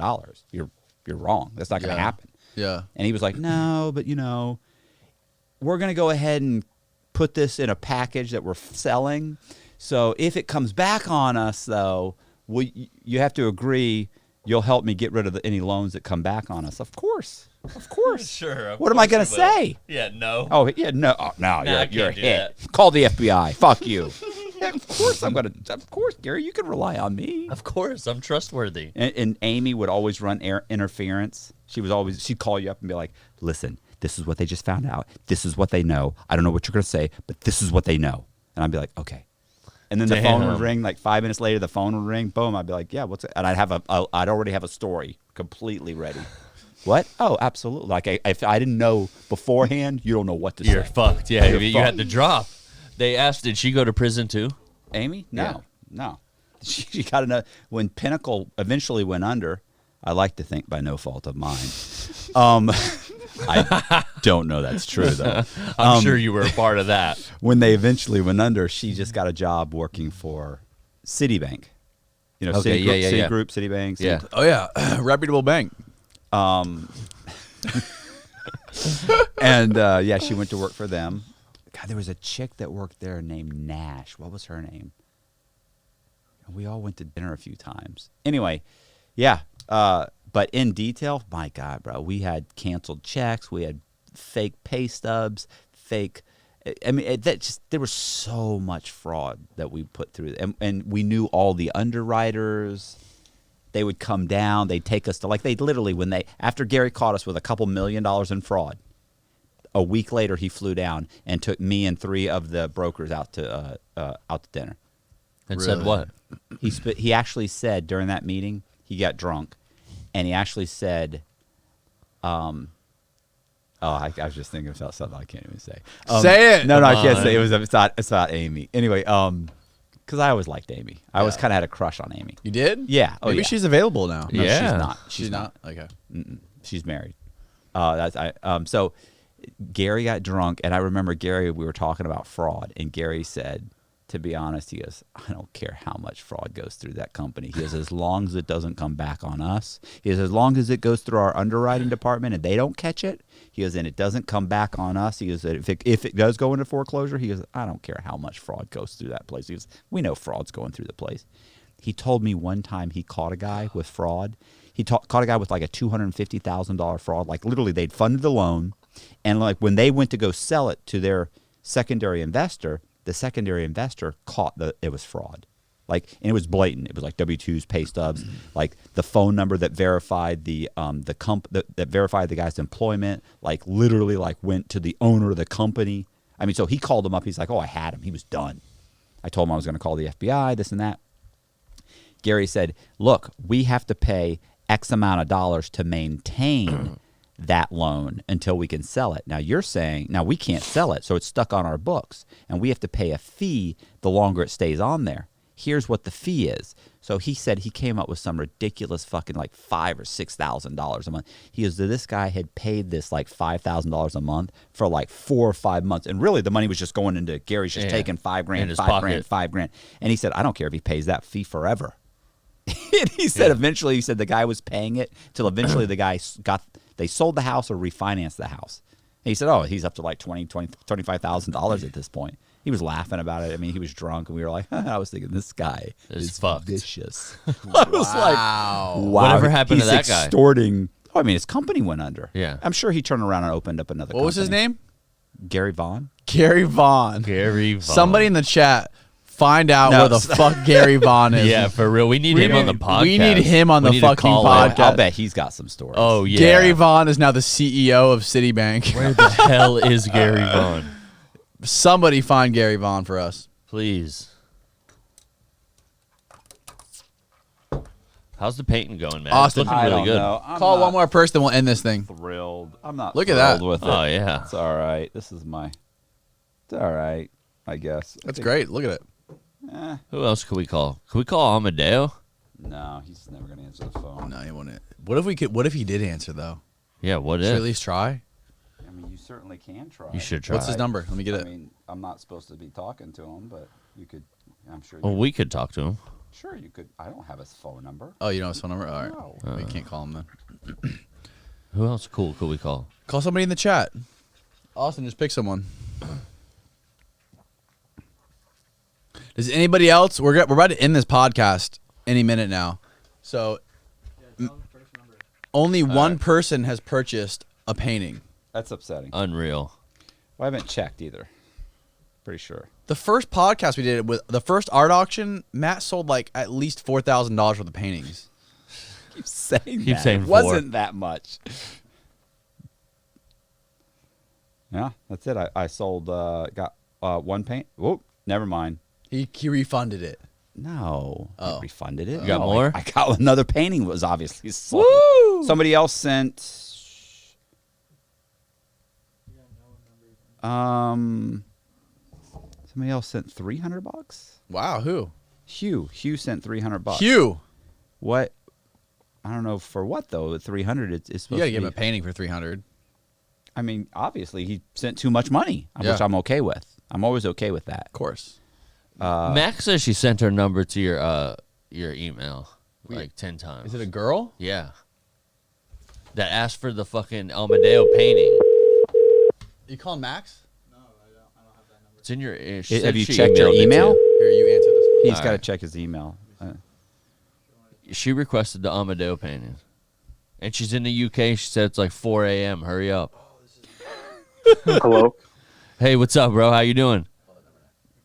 I'm good. How are you guys? Good, man. Who's this?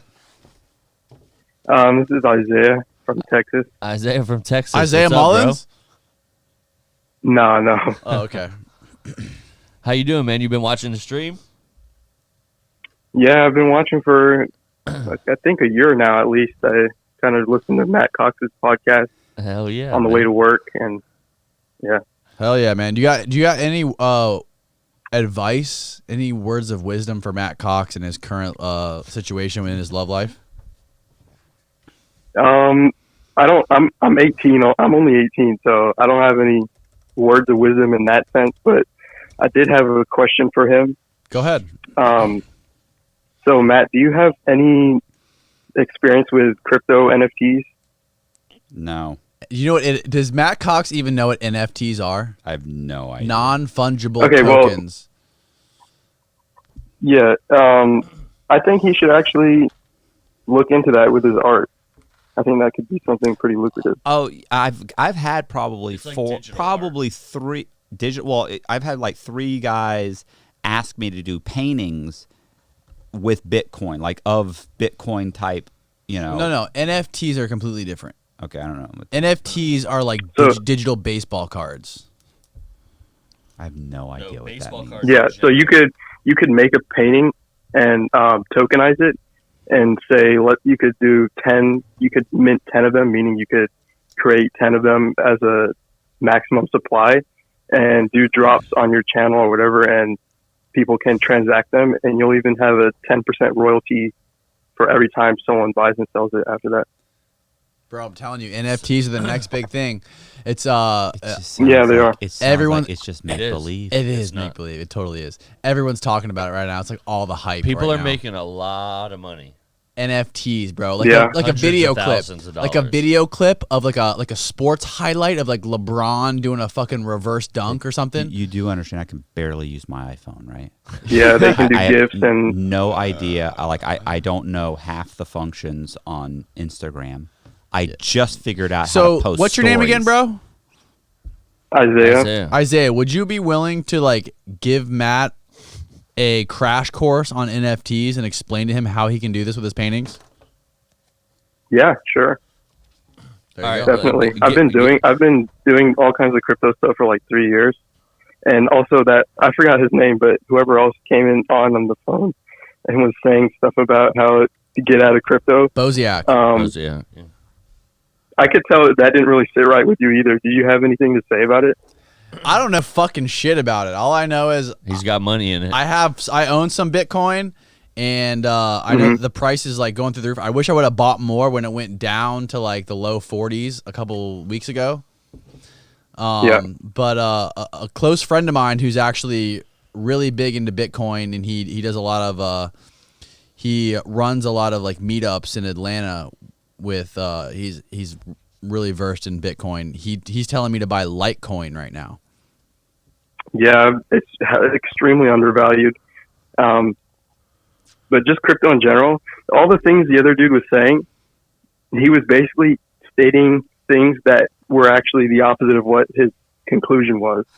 So him saying all the inflation that's going on with the US dollar, that's actually good for Bitcoin. Mm-hmm.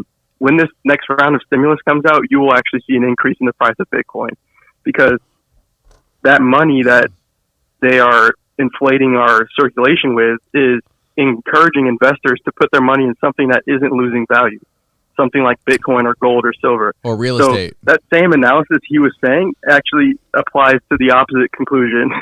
Wait. He was saying Bitcoin is tied to the U.S. dollar. He was saying that when the economy crashes inevitably in the next year or so, he's saying that Bitcoin will also crash.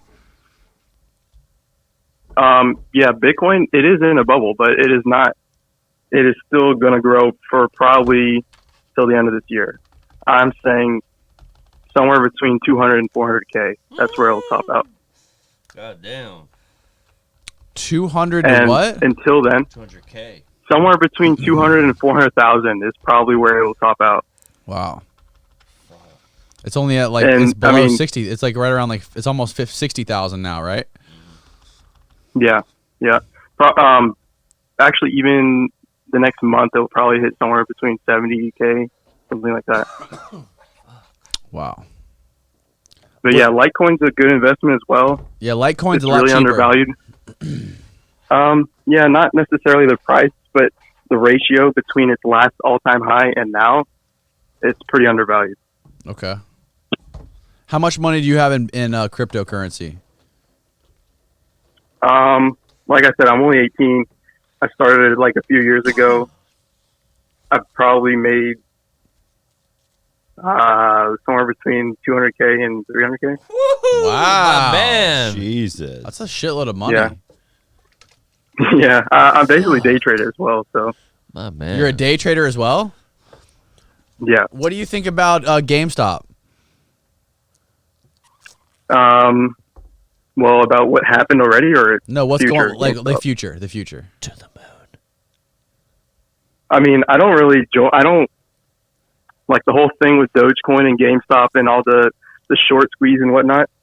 I basically stay as far away from that as possible because, I mean, what goes up that quick has to come down. Yeah, and it's just I mean, that's gambling. exactly what happened. But in the future, I'm sure, I don't know, like, it's not really my zone. I'm not with the hype trains. I like to pick on things that are neglected or are really, I don't know, undervalued. Yeah. So I don't really know what What should we happen. buy right now? Hold on, let me give you something. In terms of crypto, Crypto anything. or any kind of stocks. what brokers do you guys use? I don't invest I'm on in I don't- Fidelity. I don't invest. Yeah, Fidelity. There you go. I don't day Fidelity. trade. I You don't only pick. got like 3 options. I don't pick stocks, but Shane does. Do you guys have Coinbase or anything? Yeah, I have Coinbase, and I have another wallet, another crypto wallet. I forget what it's called. Okay. Coinbase, you got a decent selection. I'd say, well, for what time frame? Are you talking short term? I can give you something that in the next month you'll double your money. What's that? There's something called OXT, which is a privacy coin. It's a VPN service, crypto. OXT. You know Edward Snowden? yeah. OXT. It's on Coinbase. Yeah, I think sometime this month, maybe in 10, 15 days, they're having an event. And actually, CNET announced OXT as its one of its top 5 innovations, and like on par with like the COVID vaccine and like the Apple M1 chip. All these things, like it's a really low market cap, undervalued, and I've got a pretty big bag in it. What's in it? What's it cost right now? Sorry, what? What's it costing right now? I think it's 61 cents right now. Oh fuck! Let's go. That's a So yeah, price I'd I say like. look at that. OXT. Okay. I'm buying some tonight. So And then you gotta also- get Coinbase though. You don't have any crypto wallets yet. We'll download it tonight. You gotta upload your ID. I don't give But yeah, a for fuck. long term, Litecoin's good. Dash is good. Ethereum, obviously, I think that's my second biggest holding, Ethereum. Okay. So you're holding on to your Bitcoin. You're not selling it. No, I'm holding it till probably December, November, that area. I mean, I do technical analysis, so that's not like a set date where I'm like waiting. 18. I'm waiting for my Dude, indicators to fucking tell me what to do. smart. Okay. All right. Shoot me an email, bro. I gotta go to the next caller, but shoot me an email. I want to talk to you more about this stuff. Daniel Hell at yeah. concrete.com. Okay. All right. All right. Thanks for calling, man. Thank you, guys. All Yeah, right. thanks, Mhm. Isaiah. All right. See ya. Bye. All right. Fucking 18 years old. Bro, he Austin, made what the hell? 200-300 grand already. Jesus. Austin, call Fucking Max. dream come true. Are you kidding me? Ridiculous. Max, we're calling you right now in the UK. There's how many hours in front Oh, of us? it's not a girl too. He said he's a bloke. He's a bloke. All right. I wish it was a girl. Girls are more fun to talk to. Deja was fine. Deja was fun to talk Send to. some pics. Oi, oi. Oi, mate. What are you Oi. doing, bloke? Hello, is that the concrete people? Yes, this is the Concrete Podcast. How Hello, much everyone. how much quid are you willing to give up for a portrait He from Matt requested Cox? the Amadeo painting. Well, I've only got like 10 quid in my bank account. So 10 I can't quid? actually buy the Yeah. He's not buying anything. But I That's can't like- actually I buy already it. sold. Somebody already. Oh, sent you me- you somebody already sent me bu- money you already for bought the paint. Amadeo? No, somebody else sent me money. No. I just thought it was a good idea. So, Oh, That was a great idea. I already got money for it. How much you get for it? $300. 300 Oh, bucks. Matt, let's go. 300 bucks. You. How much quid is 300 bucks? 250. probably about £250. Wow. I don't like saying pounds. I like saying quid. Quid sounds like you don't give a fuck. Well, quid is 250 but, quid. Yeah, What time is it over there? it's 16 minutes past 4 in the morning. 4 in the Wow, morning. what the across hell are you up? pond. Max, what the fuck are you doing up at 4 Yeah, a.m.? what are you doing? I can't sleep.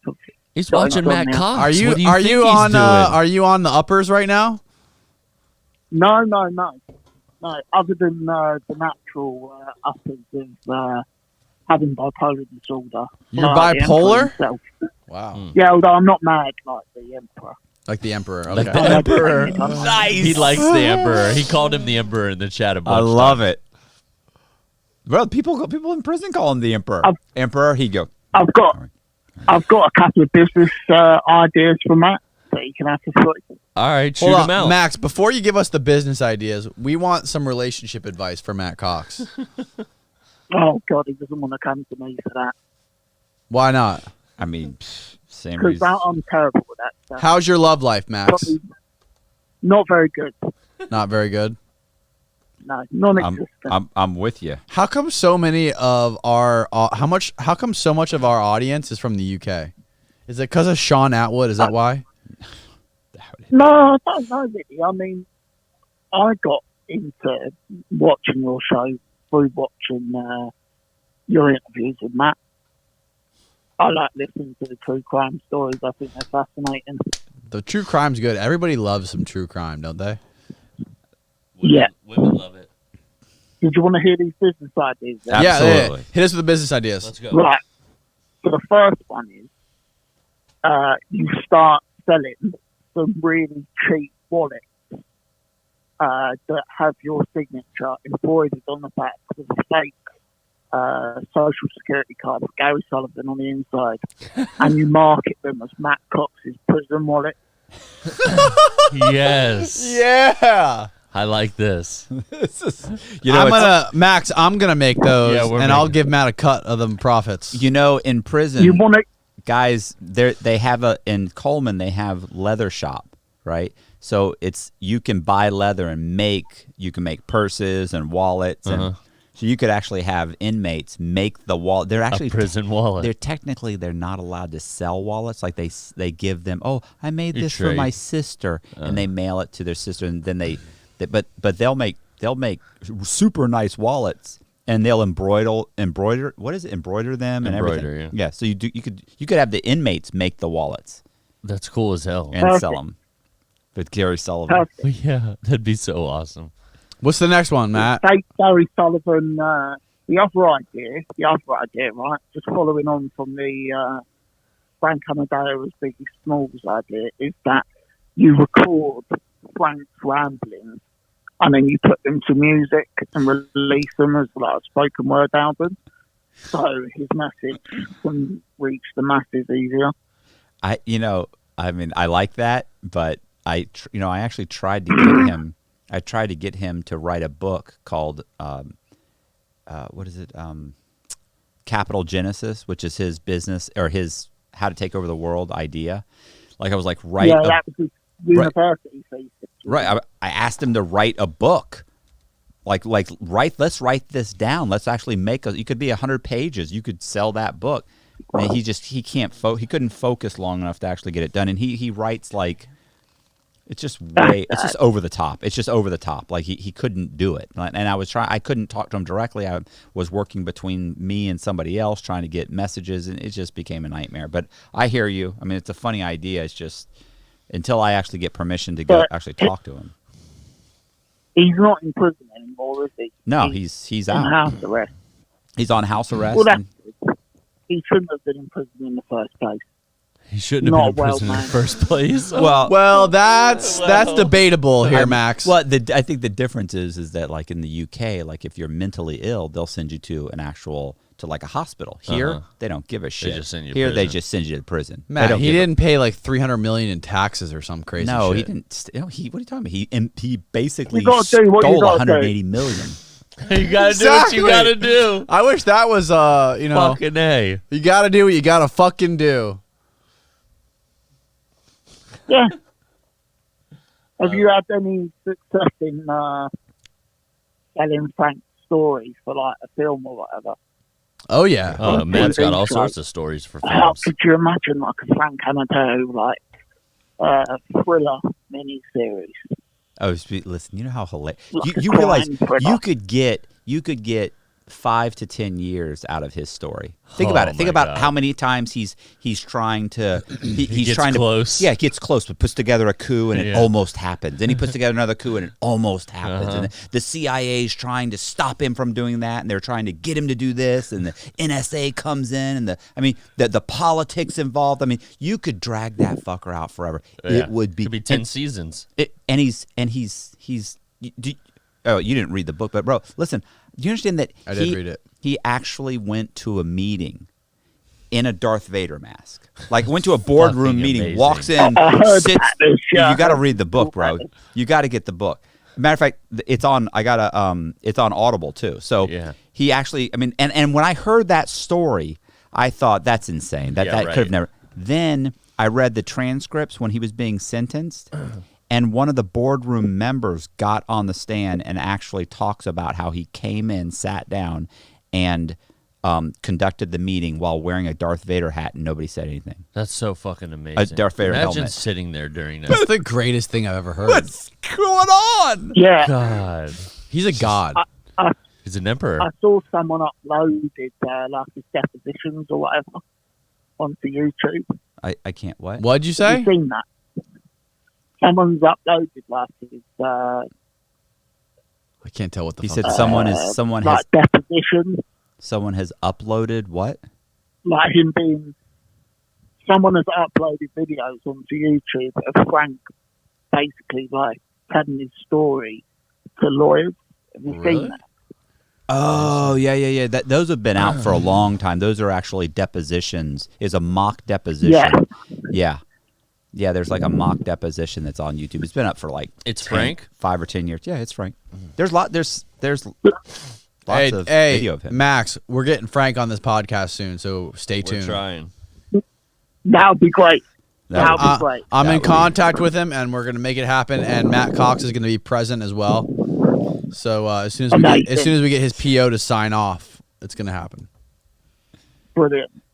Brilliant. All Well, right. I'll let you go, lads. Thanks, Max. Have a Thanks great for the night, call. man. Thanks for watching. We love you. Matt Cox's prison purse. Yeah. Bye, lads. Hell Prison yeah. wallet. Prison wallet. Yeah. So we're gonna we're actually Prison wallet. we're designing some T-shirts, some concrete T-shirts that are Matt Cox We've been talking about it for central a while. focused.